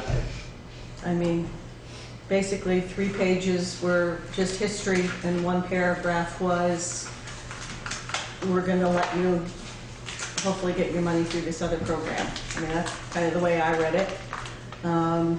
You know, the initial email that I got from Ben, you know, saying, well, you know, this is good news for Townsend and possibly good news for all these other towns. Well, obviously since then you've heard that it's not good news for other towns. It's specifically for us. Yeah, I didn't think it was. I mean, the way they... Right. I mean, and I think other towns are going to have to decide whether they want to go through the appeal process to maybe get a similar decision, but it's, you know... Yeah, but the way It is they worded specific to it, us. giving us a waiver, Correct. You're As giving a opposed waiver to- on that, yes, yes. So, a much broader, they're saying we're sticking to our regs, we're just, right, they did not concede to A&R's positions whatsoever. And, you know, I sort of have a feeling that you know, that possibly just because of the unique situation with it being federal land, if, you know, there wasn't a little bit of maneuvering to try to make a way for it to work. But, so I guess I'll wait to hear back from Ben. In the meantime, I'll start to put together this, you know, closeout package that Mary wants and, you know, give them the numbers one more time. And see how much we're gonna get. And, you know, hopefully we'll have some sort of a determination before we set the tax rate, which would be nice, so we know exactly how much money we're getting and we can take that into account. So I'll try to set up an appointment with her for probably later next week, and that'll give me a deadline to kind of have this stuff together, and we'll go from there. Do we have to have a special meeting for the town to deal with this money now that this appeal has gone through? no. Somebody mentioned it. No. I brought it up at town meeting as to whether it would be credited against, and obviously it will. It'll show up in the June 30th. Well, I think probably If we receive it. townspeople are expecting, you know, if we know what we're gonna be getting, and, you know, even if we don't actually have it in hand, if they've committed to a certain number, we can certainly We can take that reduce into that. account. We can reduce what we need to raise by that much money, whatever it is, you know. Because I was not really quite clear. They had a different number than I had in terms of, you know, what we were being shorted, but that's because their actual costs were a little bit more.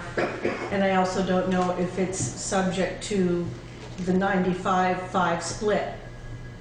You know, again, I don't know anything about this other program, so I don't know if it's 100% finance, you know, funding, or if it's, you know, they're gonna only pay 95% like they did on the rest of the money. So, but, you know, we'll see what happens in the next couple of weeks. 95%, I'm assuming. You think it is? I don't see why I say different. The hazard mitigation grant. Well, because it's gonna be its and mitigation, yeah, so, It's a little bit different, so we may only receive 75% of it. well, that could be too. I mean, Well, we no. don't know. We would get 75% of it from the federal government, and then 12.5% from the state government.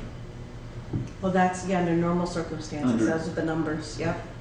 So Irene was an exception. Irene was an exception, but this is hazard mitigation versus Right. Stafford, so. Even, okay, Yeah, even though it came from Irene. Unless it raises our taxes by 3%.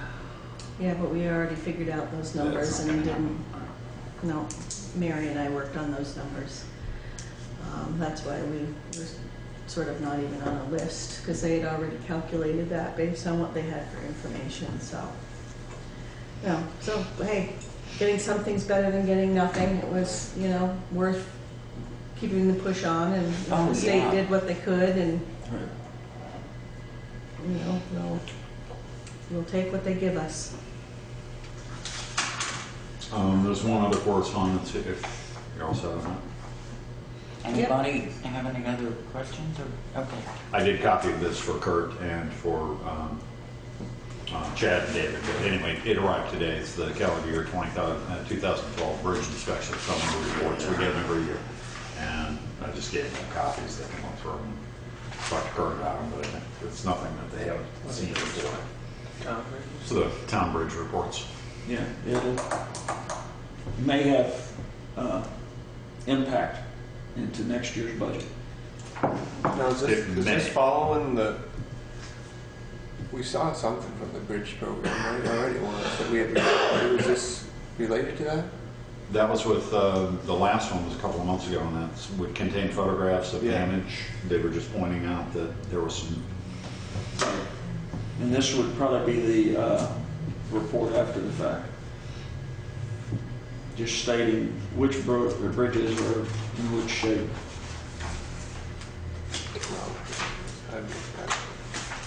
So we just need to review it, and hopefully the town won't see it, but if it's got bad news in the particular position, then we'll see it next budget. Well, I mean, we already starting on Two of them. one of two of them, I mean, that we know of that need some work.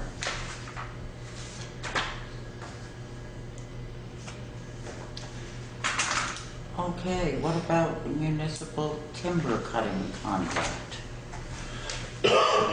Where are we with that?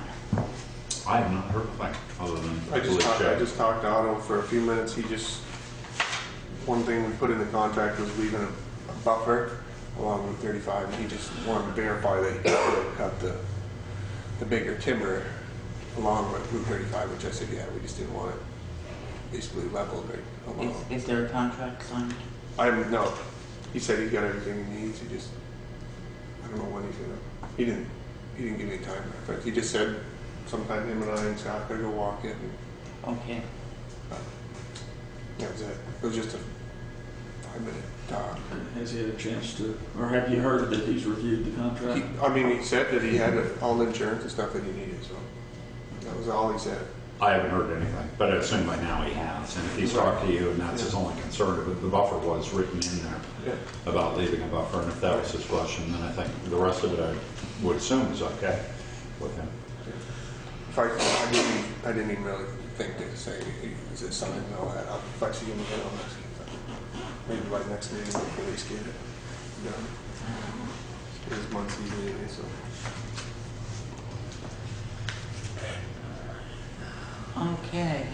I assume we're not dealing with fire door installation proposal or town hall heating system until we have Bob's survey.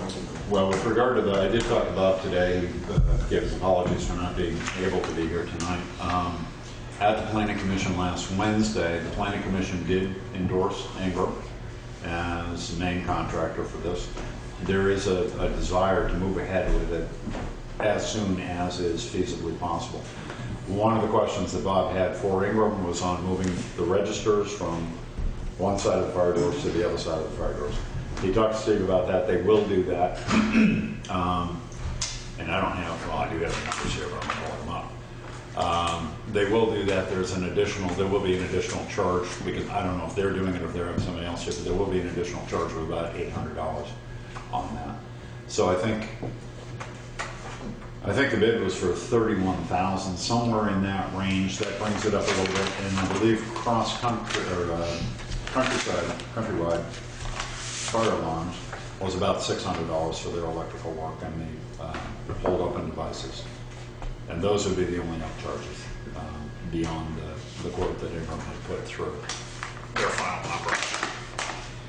But Bob is satisfied. The Town Hall Renovation Committee is satisfied with Ingram, and the Planning Commission discussed it last week, and they're satisfied with it. They give their endorsement to Ingram for doing the job. And what Bob talked to me briefly about today was, not that necessarily you go ahead and endorse this and give a go-ahead without talking to him or without talking to other planning commission members in advance, but to maybe go ahead and authorize the beginning of draft contract work so that that can be ready if you do decide to go ahead with this, to just have them review it and get it in the cycle quicker than it might otherwise happen. Now, are we, as a board, doing the contract, or are they, I mean, So that will come through the select board. they're not gonna draft anything up for us, I think? They're not gonna draft anything up for us. But we can start cutting taking the templates that we created for the timber cutting and modifying those to work with this. Right, and contract. working on the terms that you, and the protections and the bonding and all of that you would like to see in there, and get those at least down on paper, and then we can go from there. And if you do decide that you want to go with this contractor, then we will have a package that basically we can send within a day or two or three or whatever for them to look at, and this will be a little more expedited because of that, instead of deciding you want to do it and spending 2 weeks working out the deal. And the bid bond is out because the bids have already gone out and been received. Yep. But performance bond, a payment bond, I think liquidated damages we should discuss, because once It's historic. This is a big Once- deal. Yeah. Ingram Construction sets a date when they expect to be completed, then we should have some ramifications. I mean, we have the same, pretty much, the contracts we had this summer too, right? Correct. I mean, we have the money for this? Yeah. It's gonna come out of the RDAG. It's the only place we have it. And for $31,000, what kind of liquidated damages do you want a day? $25 a day, More than that. $50 a day, $75 a day? Those are the things that the board will need to come up with. But So be thinking about that. Craig and I can get some draft language Should we together. have damages on those? Because we had a $30,000 contract this summer, right? Somewhere around there?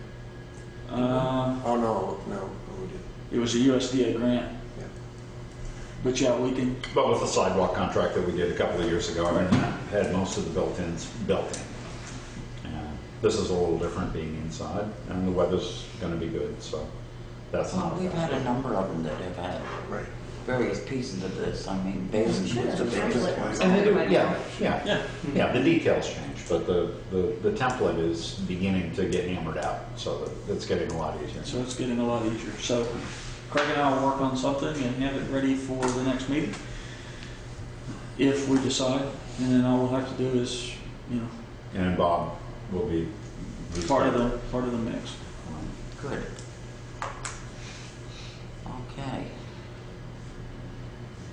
The heating system, I mean, we ran out of propane. Yes. Oh, when did that happen? Friday.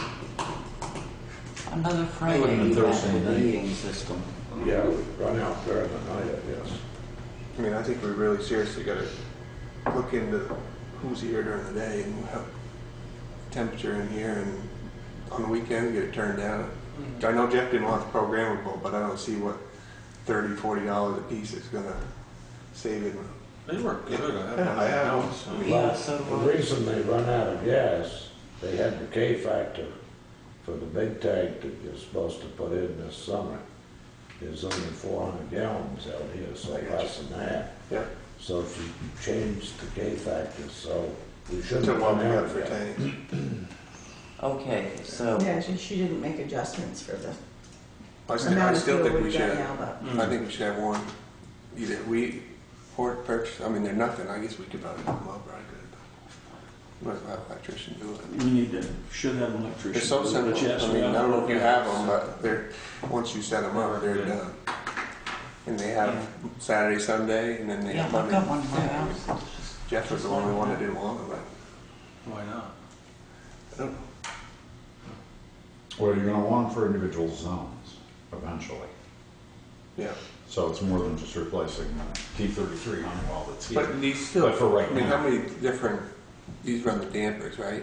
What's the difference? I don't know. I don't. I can talk to Warren too. Yeah. I'll find out some more information. Because I mean, the thermostats still run just like the zoning, similar, but it's the dampers, I think, is what could control them, but I'll find out.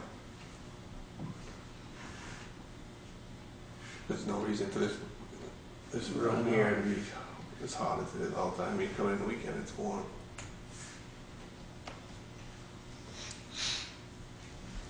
Anyways. Yeah, we don't want it freezing, but it doesn't need to be. No, I'm at 65 during the weekend when nobody, instead of 70, it's quite a difference. Yeah, it was 58 in here last Friday morning.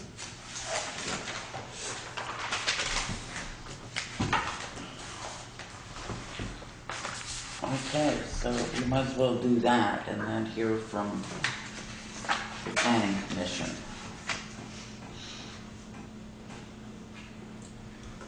Municipal officer appointments.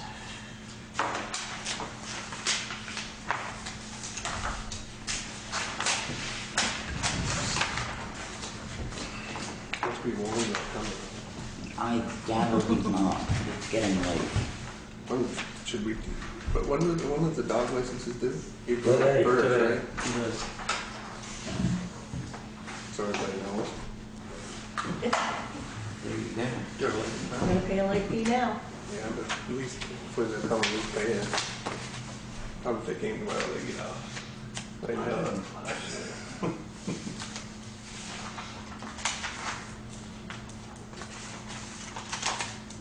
I guess since they were in here working on it yesterday, we ought to call Carol and Charmaine, but I suspect they're happy staying on as 911 coordinators. Does everybody have the list?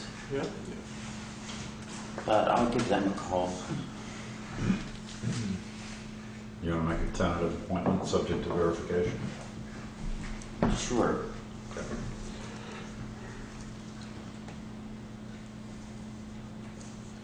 Fire department liaison. I can talk to Phil. It seems like Dale's been doing this. Is Phil, is he still pretty active? Or Well, pretty? this is a fire department liaison, not Yeah. from the, 911, 911, right? this is for 911. Oh, okay. Okay, so you're gonna do that. Yes, I'll talk to Phil. Craig doing the cell tower? What's that? Yeah. If you still want me, I don't know. Yes, we still want you to do the cell tower. So you're making that one, you're gonna talk to Phil or you're appointing Phil subject to verification? How you want to do this? You I wanna will get these talk to done? Phil. You want to get these done and then back them off if they don't accept? or I will you wanna- talk to Phil, In but advance. let's also do it subject to verification. Okay, so I'm gonna put his name in, I'm gonna put Carol and Yes. Charmaine in. And I can call Jan about the senior solutions. I'm sure he wants to continue doing it. But I will give her a call. Now, where are we gonna find an emergency management? You've already got one. I don't know. Right-hand column's already filled. Oh, I You don't did that have last that time. copy of it. Oh, you should have a new copy. Oh, But okay, anyway. I think I know who they are.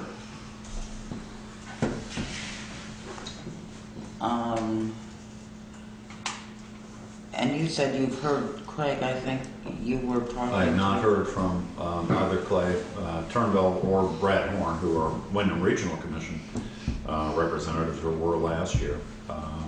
And you had invited them, asked me to invite them at the last meeting, but I haven't heard back from either of them. But Clay is also, up here at the top, Clay is also the energy coordinator. And I'm not quite sure what the job description on that is, but he's the Townshend energy coordinator.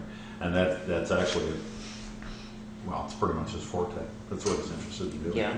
But I'm not sure what that entails, to be honest with you. It'd be good to know. Well, Well, would you like me to contact him? Sure. Plus, I know the energy coordinator's position was part of under emergency management's director. They basically deal with your emergency power and all that stuff. And they're also the ones who are supposed to be the liaison between the power company. All right. It's probably a good idea to contact. I'm gonna leave that one blank. I'm gonna leave that blank until you talk to him, David. All right. All right. Do we really need 3 fence viewers? Is that what the statute That's says? statute. I also agree that the select board should be the FEMA administrator. Yeah. Okay. That's what keeps select board in there.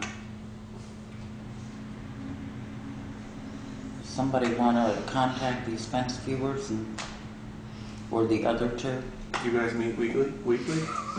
Contact them? We try to meet once a month, but it's hard to get three of us together at the same time. We do look at the fences whenever possible. Whenever asked to go look at the fence, we try to, one of us tries to be available on call. Don't you think you should have a quorum to do that? If they have two of them, that's a quorum. I know. But he's saying one of us tries to do it. That's not a quorum. That's not a quorum. Who wants to talk to the other two? Come on, I mean, I can't. I don't- It's one of the, I'd be happy to talk to Doug and Eamon. Okay. Oh, So we'll call those on. that's a big deal, bro. Howard Legacy, I haven't talked to Carol about I that. haven't, she doesn't want to do it Okay. anymore. All right. Solid waste or something. So I'd leave those three open until you talk to Ellen and Ernest as well. Right, shall I do that? Please. Okay, so those three are open, as is energy coordinator. Okay. Okay, wait a minute now.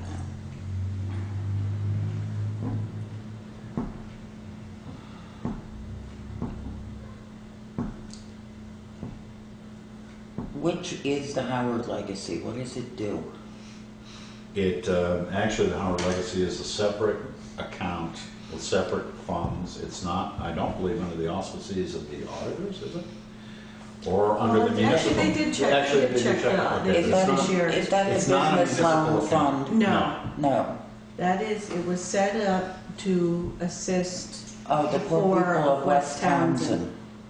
And that may, I want to say it may have zeroed out, the other one did.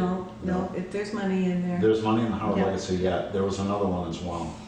Well, yeah, they closed that. Yeah, which one was that? Yeah, that, TAF? Yeah. Is yeah, that they the gave Mary the money, Taft? they Mary gave the Taft. money. The Mary to Taft Fund? Food bank, That yeah. one closed now. Okay. They've only had, I think, one request that I know of since I've been here to the Howard Legacy, where the committee got together and discussed it. Yeah, there's what, 3 on that? Yeah. That's right, numbers. Yeah. Ellen Fuller, Ernest Redfield, Carolyn Owens. Mm-hmm. Okay, I'll talk to them. Inspector of shingles. I can talk to him, him and Otto both. Well, I want to know a little more about the inspector of wood and timber and how that plays with the tree warden. I don't think it does, does it? It doesn't. It doesn't. The tree warden's responsible for trees within the right of way. Okay. Live trees, municipal forests in general, I would think. The inspector of wood and timber is probably the industry of cutting. Well, who looked at that? Didn't you have somebody That was the that was done? tree warden, yeah.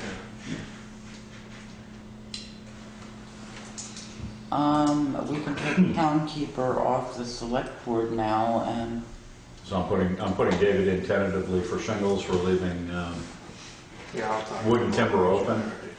and down the line here, we'll leave tree warden open as well, just for right now. All right. And the constables, we're gonna make them animal control Yes. officers. yes. Okay. Work. And pound keeper, More than money. Well, that's the same thing, really. We don't have a pound keeper. You now have a contract with the Humane With- Society until yeah. June 30th, however, I know, which it's would be coming up. your sort of, the select board isn't the keeper of the pound as much as the Humane Society is with their contract, or the animal control officers, if it's just an overnight duty, so to speak. But after June 30th, then you'll need to consider the humane, or you'll have to consider that, whether you want to re-up on that contract or not. If you don't, then the select board will be the pound keeper.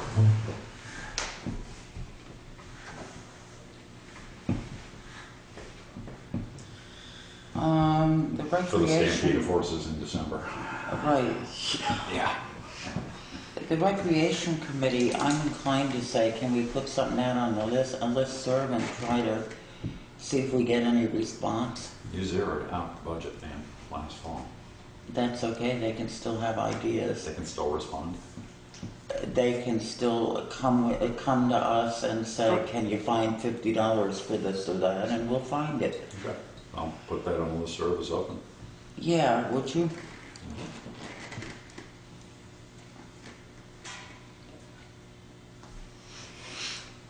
Oh, We did zero that out? I know we talked about it, but I don't remember. Yeah, I think zero budget in recreation. It was only a couple of bucks, okay. but And rescue is Kathy. It was $100. Yes. I'll call the social service screening committee. I'm sure all three of them will want to stay on. Yeah, and Ballfield too. Zeroed out. I'm not sure.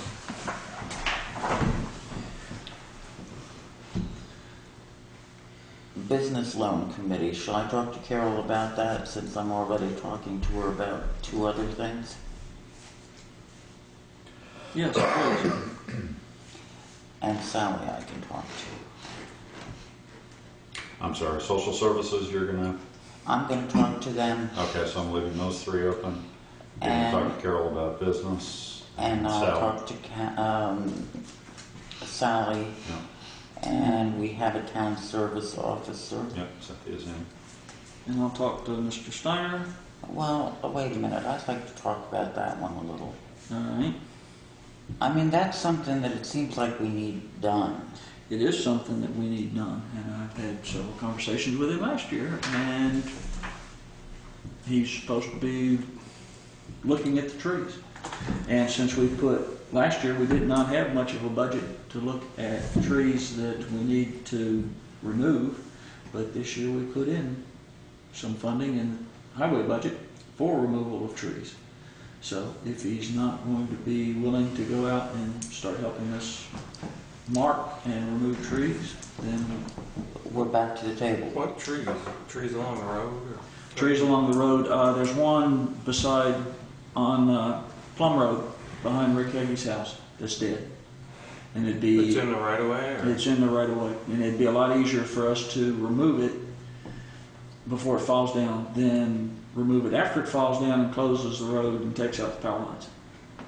And so it's those type of trees, or there's a vast number of trees that are in the right of way that have massive amounts of damage from plows, but I don't want to take all of them out because some of them are providing erosion control. So we have to be careful about how we take them out. So he's supposed to be looking at these and recommending? And recommending, yes. And if he isn't going to do that, I'm hesitant to use any of the arborists or foresters in the area who would be doing that work, because I don't want them to be recommending but not be recommending their own work. It would take them out of... It would take them out of that contract, so. Right, and I had made that suggestion, but I understand your point on that. But I do think somebody needs to take a look at that. And if there's a little mark on the tree, then the road crew will know what they can take out. And if they can't because they can't, it's too big or it's leaning the wrong way or whatever, then you can hire somebody to come in and do that. Correct. But to get the trees marked, and they're everywhere. I mean, some of them are just little, but a lot of them are just leaning over the road or ready to fall, or the widowmaker's hanging, or whatever else. Correct. Yeah, but you're not going after all the trees that have been hit by plows or winds over the years, are you? You're going to have some pretty wide roads if you do that. No, I'm not, but Just to look at them. to look at them, to look at the ones that are leaning over, the ones that are dead, the ones that are dying, that are going to cause us problems in the future. And what about the gravel pit? The gravel pit is going to be a separate contract, because at the time that we start working on East Hill Road, we're going to have to remove some of the trees along East Hill Road as we shift it. Remember, we're going to try to shift, the proposal is to shift East Hill north onto town property about 10 feet, which means So if you're going up East Hill, you're gonna move it to the left? If we're going up East Hill, we're gonna move it to the left To get away from that bank. to get away from that bank. What, 8 feet? About 8, Basically, 10 there's a feet. lot of trees cut, or only up where it's washed out. Yeah, it's just, it's not that much. It's not I think that much. maybe we should just incorporate that a little bit with East Hill Right. and do the logging job separate, maybe. Yeah. The logging of the pit or the town land down there, that's gotta Yeah. be separate from Well, East. you know, we were looking at, while they're in there, Doing it all.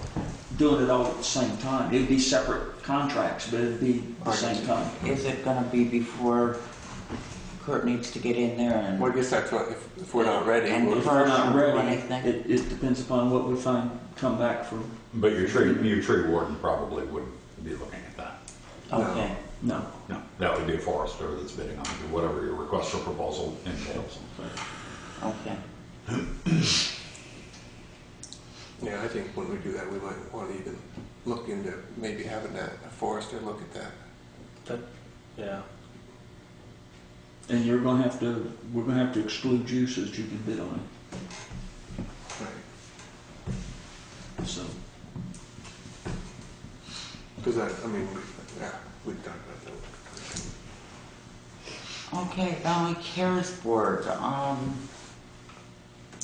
and Maggie Bills had said she didn't want to do it again, but then she said she'd be willing, and I think she probably is willing.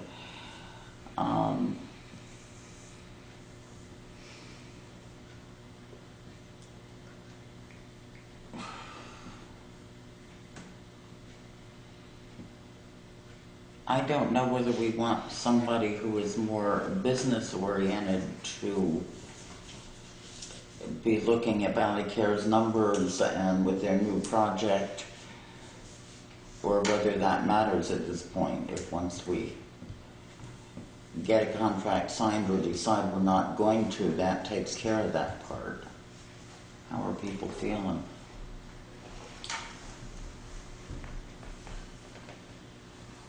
Well, we need somebody on that board who is going to, I feel, speak for the town of Townshend and make sure that the town's interests are being watched after. Okay, but And therefore speak to the select board Speak to in a the back and select forth board. way. You know, be willing to work with members of the fire department to make sure that no decisions are being made there that are going to put firefighters at risk, because it is a 3-story building and somebody's going to have to be helping people get down fairly quickly, unless they're going to be getting some, there are wheelchair-like devices that will help people. You strap them in and you wheel them right down the stairs. One person can handle it. Even one small nurse can handle it because it's all gravity controlled.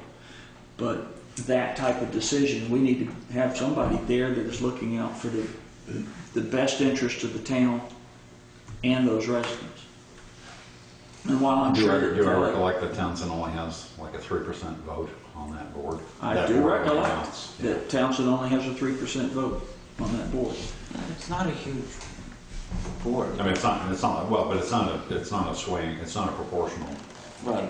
But if somebody isn't there bringing the interest, then Okay, should I talk to Maggie about if you could talk to Maggie, I would I will do that. appreciate that.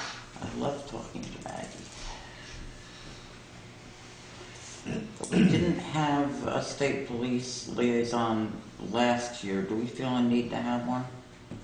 And for the couple of years before that, when we had one, we never once heard from them. So, It was Luke Evans yeah. for the couple of years. And in prior years, you haven't had a Contract with the contract with the state police. You also haven't had the chair of the local emergency planning commission sitting here. So since I have Lieutenant Paul Favreau from the Vermont Barracks of the State Police contact information, if you have information that you need to send to him, I can provide that information. It sounds like you're the state police liaison. doesn't it? Does, huh? Done. Now, do you want the same liaison with the Sharon? Windham County Sheriff's Department?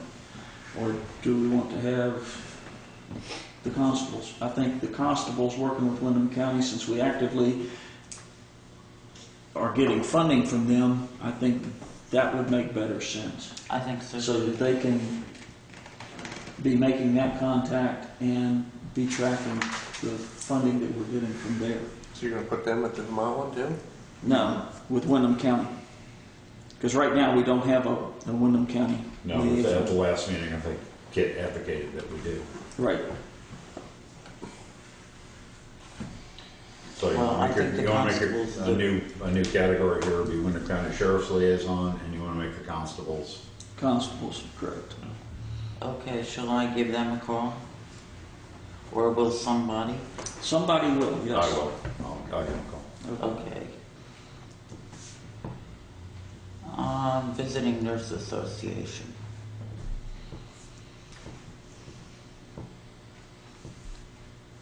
I can call Mary again. She's Okay. been that for a number of years and seems to. I don't know if Joe's reliable as a weigher of coal.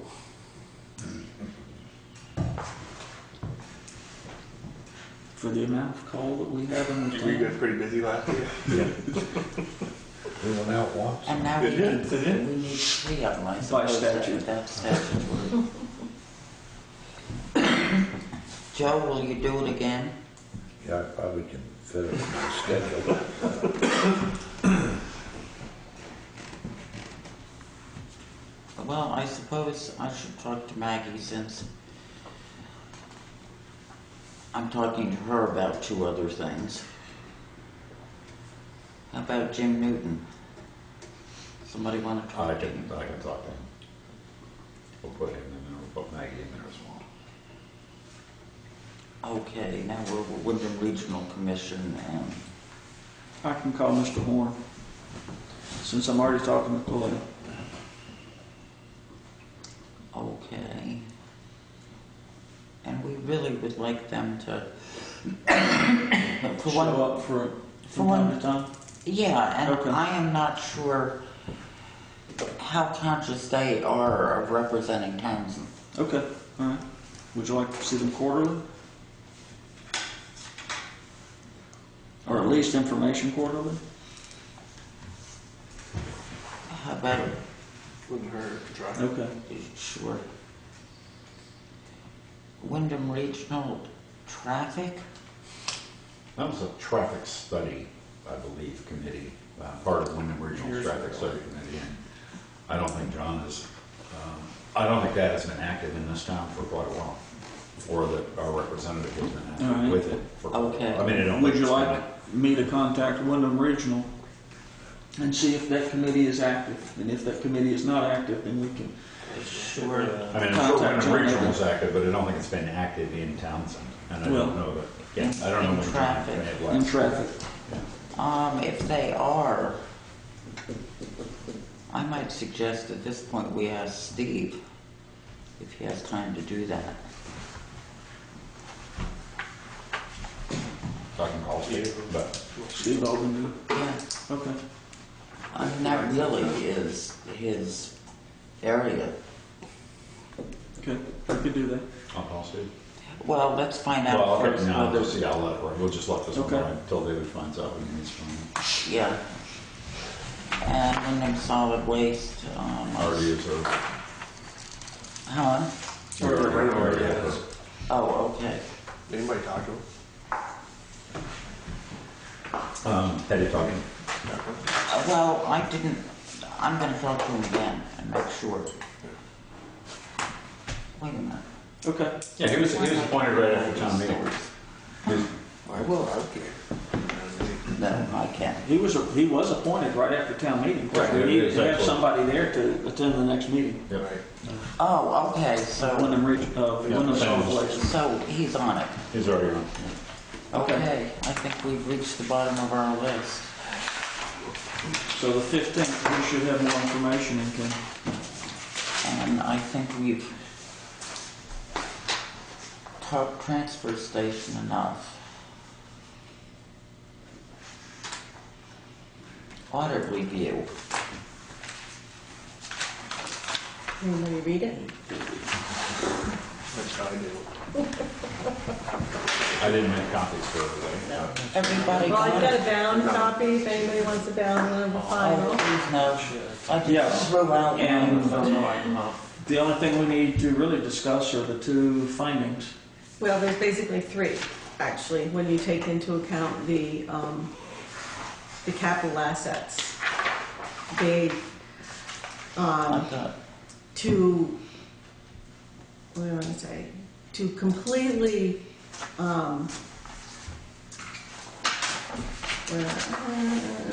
can we just go? go satisfy what they consider generally accepted accounting standards. You're supposed to capitalize and depreciate your assets. What that would require is that we would need to identify everything that the town owns, say above a certain dollar level. You know, you figure out how old it is, you know, its useful life, what it, you know, what the depreciated value is, and Didn't then you say that most towns aren't doing that? they are not. I looked it up again today on the municipal survey. You know, maybe a quarter of the towns, the bigger towns, do it. At the meeting that I went to week before last, there was one, you know, smaller town there that hired somebody to come in and do it. This guy, Bill Hall, who did the seminar, and it was about $5,000 to do that. What it accomplishes is you don't get a bad grade when you have an audit. That's the only thing that it really Right, accomplishes. because it's not Townsend based against the other towns in the state. It's Townsend, the audit being based against generally accepted auditing Accounting practice. practices throughout the country. Throughout I mean, the country. it's- Yeah, And it's- yeah. Well, and it's based on businesses. Right. You know, it's not, you know, really based on municipalities. So I certainly don't think that that's anything that we need to worry about or rush into. The other two items were, Tell me what pages you're on. so- okay, yep, Page 20, so the 23. last page. Right. Wait a minute. Kim, 23 or 24. oh, that's the auditor's question.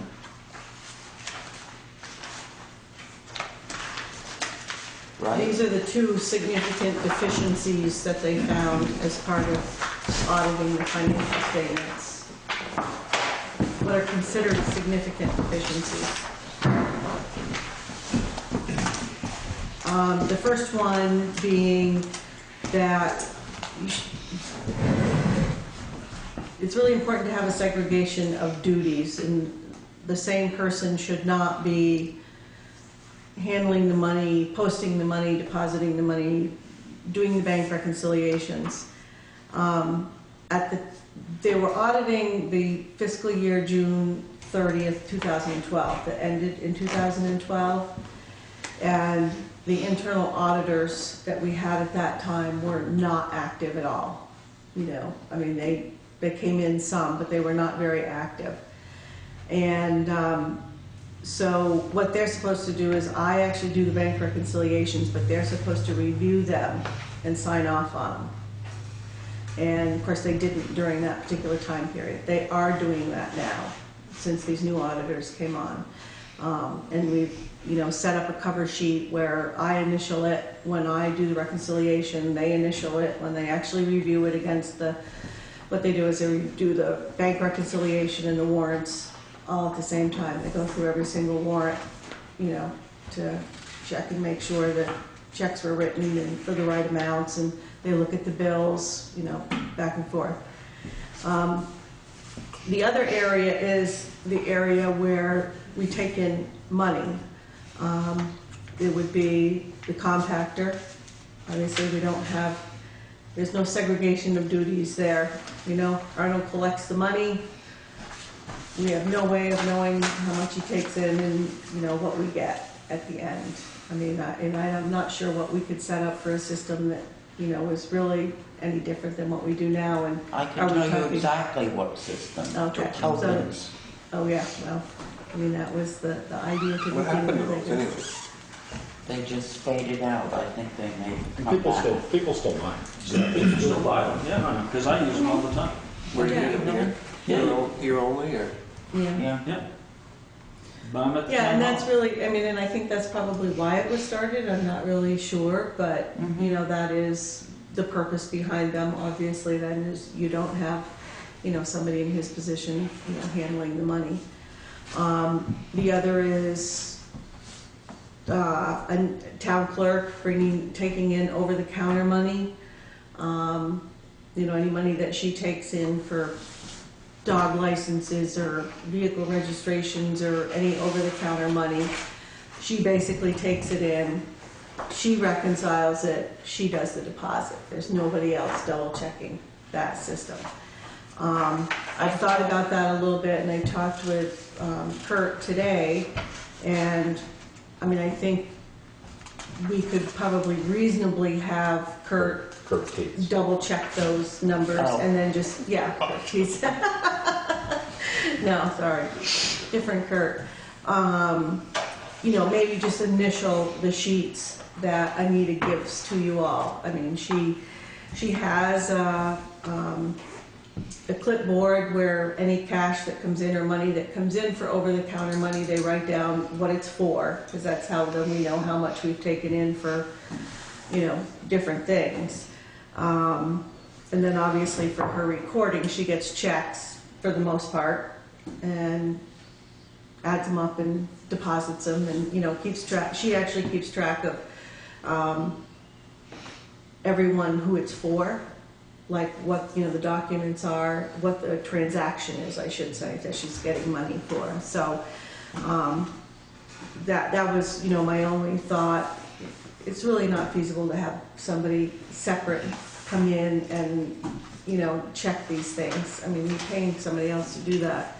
So I think probably the easiest would be to have, you know, maybe Kurt, we can talk with Anita about that, and they can just coordinate some way of, as it is, Kurt already counts the money from the compactor anyways. You know, it gets dropped off at his house and he brings it in and counts it and keeps track of it. Then collecting checks for taxes was another area.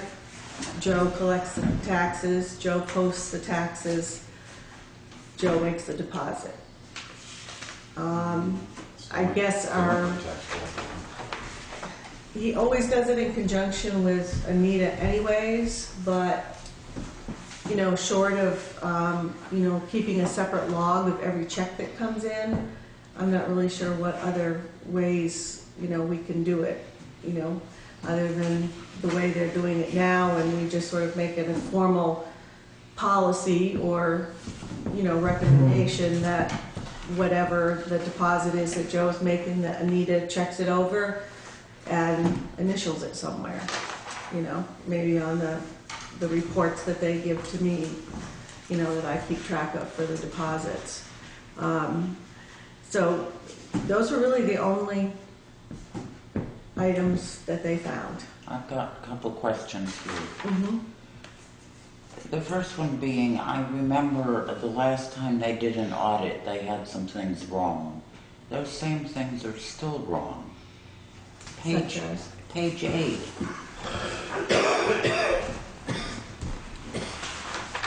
Page 8. Town of Townsend and so forth has a 3-member board of selectmen who serves 3-year terms. They changed that in the When? final one. You have the draft copy. They changed that because I picked up on it. Okay, what about the Mosley Fund? Yep, You got that fixed? I did. Yep, I got that fixed as well. Okay. Yep. Page 13. Under deposits and investments, Mm-hmm. they end up saying that our bank accounts are not insured.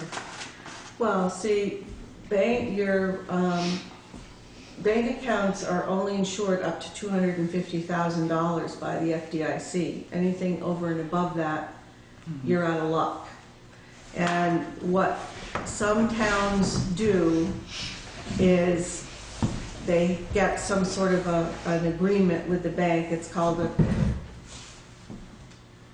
collateralized agreement. Where the bank actually takes on the risk of the monies over and above what the FDIC insures in exchange for lower interest rates on your bank account. How can they be any lower? Well, that's If it were lower, we'd be paying them. Well, that's. right. And what happens is, you know, our bank account goes up, it goes down, you know, at tax time, we pay the schools and we're down below the amount. Then the next one, it's up and then it's down. So, you know, the board really has to decide whether the risk for the amount of time that we're over that 250,000, you know, is enough to approach the bank and, you know, work out some sort of an agreement. If you want to see what one looks like, you know, I can certainly ask them to do that. Prior treasurers and accountants had been putting money into multiple different accounts to avoid that, but it made it just unworkable. It just... So you're writing one check from two different accounts, or two checks from... Yes, you had to write multiple different checks, and you had to reconcile You had to move multiple a different lot, you had to accounts. move money around a lot. Yeah. You know, that's, you know, there has to do with whether you think, you know, the bank is going to fail and their money's going to disappear. You know, that's what that's all about. If something happened to the financial institution, would you be, you know, without money? And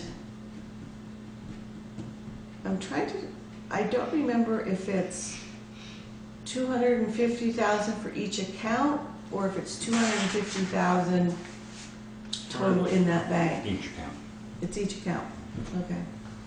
That was probably why there were so many accounts, but so that's why they made that comment, because it's over the 250,000 and you know, we don't have an agreement in place to insure ourselves against failure for that amount of money. So we get Well, if the next time you're talking to them, if you could find out what it would an cost us. agreement looks like. Yeah, why don't you do that? I keep the excess in all my jar. Well, we could pay the big ones, stagger it. Their segregation of duties also says that the procedures that are currently performed by the delinquent tax collector be delegated to an employee independent of cash receipts function. Well, and when they say delinquent tax collector, they're referring to anybody that collects money. I brought that up to him too. Okay. I said, you know, because it's current tax collector, but also our delinquent tax collector, she collects her own money and, you know, does what she does. You know, we get a monthly report, and my comment had been, particularly pertaining to taxes, is if the current tax collector or the delinquent tax collector were to take a check or cash and not apply it to somebody's account, They'd be jumping up and down. they'd be jumping up and down.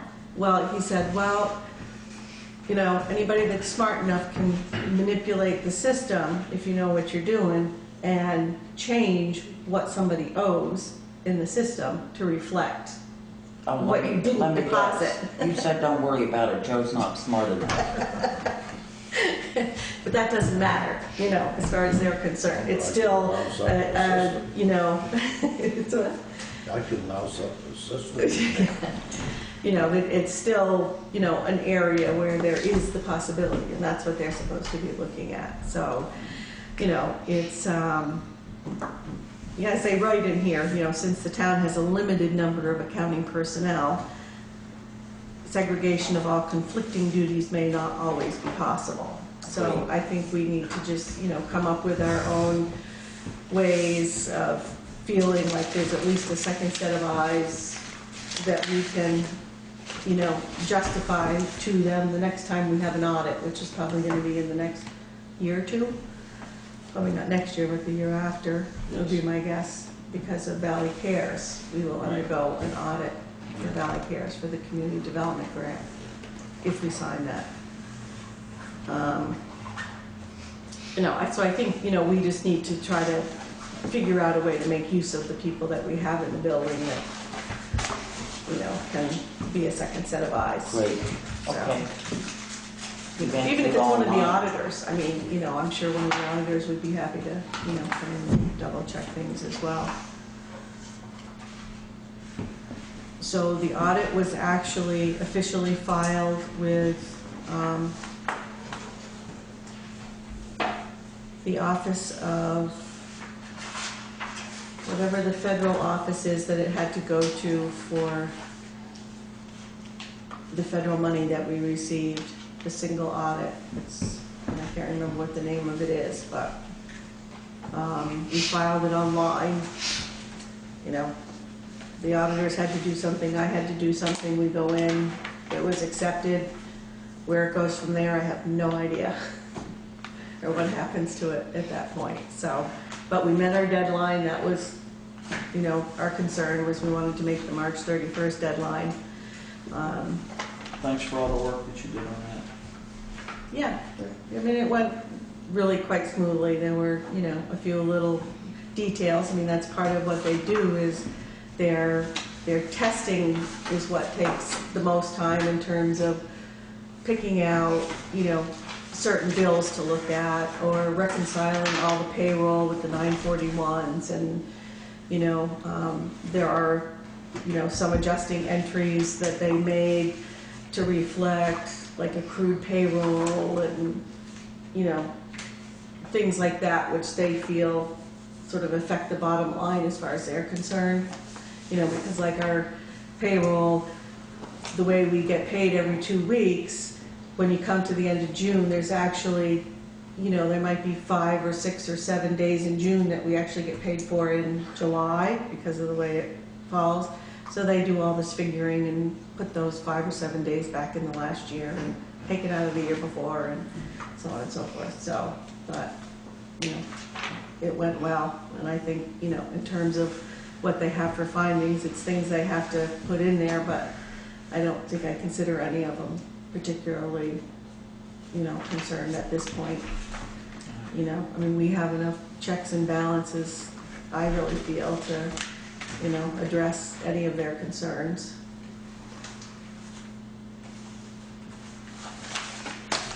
Do you want a copy? David wanted a copy.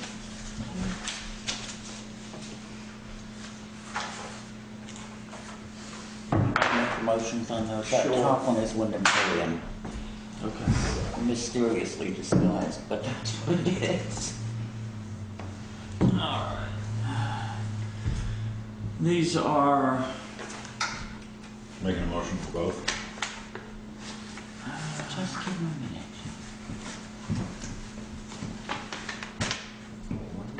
okay, so that's We've Wyndham. got 12 That's minutes the- still. So 2013, I moved that the town of Townshend Select Board sign a 2013 liquor license renewal application for the period ending April 30, 2014 for applicant B Borrow Corporation, which is Wyndham Hill Inn. And this is liquor license only. Yeah, it would be signed.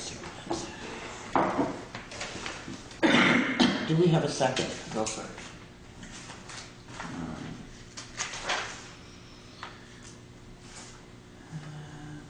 And approve.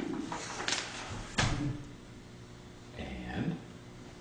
Motion and a All in second. favor? Aye. What do you want, David? Discussion. I'm just leaving one for There is that one. And this is for, second class tobacco, I believe, for Lawrence's. say that again? Second class tobacco This is a first, second-class liquor license and tobacco application. I thought it was just stuff tobacco. For, Yeah, go down to where your thumb is, and or a little below that. What's typed in there? Isn't that? second-class tobacco. I think that's what it is for only, because you can fill this out for both. Oh, You okay. can fill it out for one, or you can fill it out for another. And I think he paid just a 10, isn't that? They only pay on one, they don't pay on the tobacco. Okay, this says second class tobacco. And I think Well, this says I think second they already did class. the liquor license about a month ago. Yeah. Yeah, and tobacco is not even circled. Tobacco is not He's circled. looking for a second-class liquor license, I think. Okay. Either way, whatever power of the motion, it doesn't matter. Well, let's see what else he, Because see, on the left of that, you can pay on any of the three. tobacco only would be $10. And what was paid? No, there's no reconciliation for that. There's no reconciliation for this. I think that's a redone 3 times. I think he already did the liquor license a month ago. Don't worry about it. I think that's true. There was some discussion of selling fancy cigars. I guess that's correct. But it says to the control commissioners of the town, city of Townsend, application is hereby made for a license to sell malt and various vinous beverages under and in accordance with Title VII Vermont statutes annotated Well, that would be the before the class- liquor control board. So that would be the a, Class B license. that'd be the second class tobacco license. Okay. So I move that the Townshend Select Board approve the second class liquor license for Lawrence's Smoke Shop and Country Store for the period ending April 30, 2014. I'll second. All in favor? I'll give this final signature page. Do we have to have a discussion about the rowdiness in their dooryard? The only rowdiness is a stupid dog of mine that barks at his own echo. And I don't think they have any control over that. But you're right across the street from them.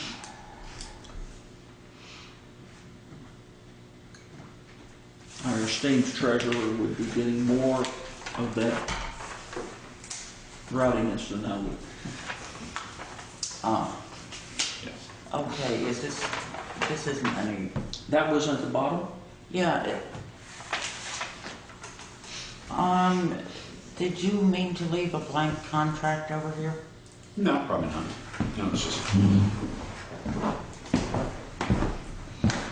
It just got caught in the paperwork. I'm getting a bunch of this. No, it's one with Mr. Tarbell.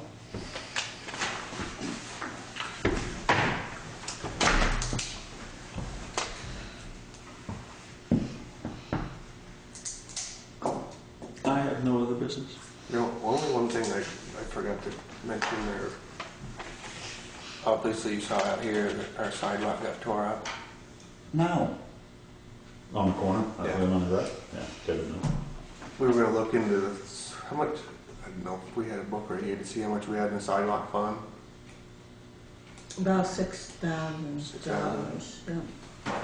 What tore it up? Plow? Plow. Town plow? Yeah, town plow. Is That's this, all in it? what's that? After all, when everything. Yeah.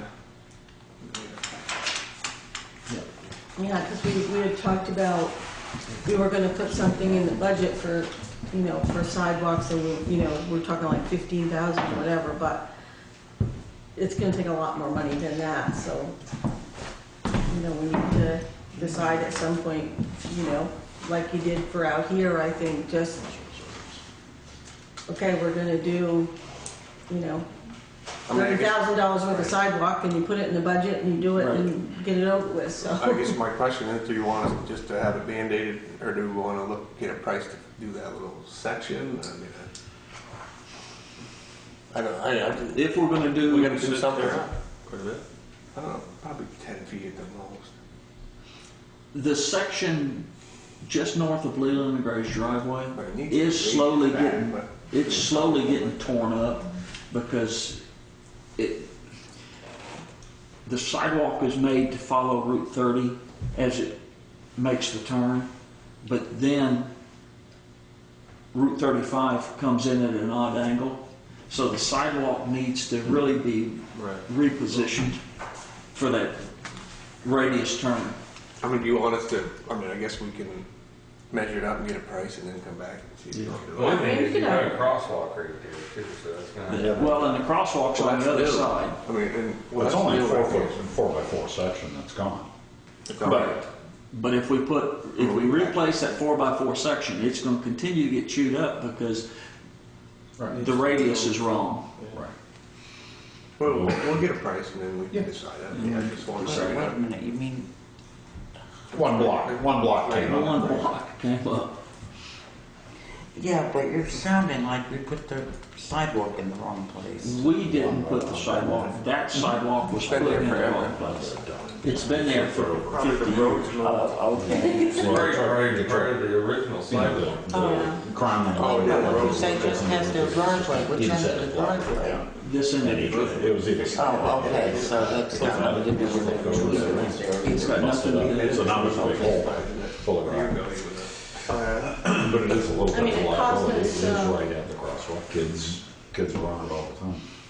Where did we do another little section? Right there, just this Yeah. side, just this side of it. And we did across the street Okay. from Pizza. That I was think- Is there an ADA 5,000. thing on that side? I don't think there's an ADA on that It's just side. they There's fixed one a on little- this The side. one in front of the Pizza Right. House That was, one they done up the one, it was only about that wide. Right. Yeah, but I think that was $5,000. that may have included So this one the really section in should front of the Pizza House. Basically, it comes like. It could be It's like redesigned. on an angle. But then most Right. of these concrete doesn't cost that I much. mean, Oh, right. that's drastic, I mean, that's but not- so it's right here. On a pole Yeah, right there. basically. I don't even know, of course, this piece is gone. I don't know if this side got more or not. No, can't find it. It's been like that forever. And you can see where the piece just south of the one that's gone now is, the edge of it is being slowly eroded. Well, I think people hit it with their cars too, so. Yeah, but the cars aren't going to make it that deep a gouge. No. What the hell's the sidewalk? I've been looking at that for 20 minutes. Find the sidewalk.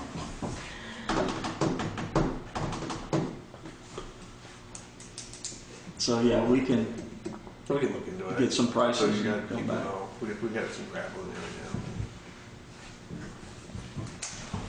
If we just patch it back together, them guys could probably do that.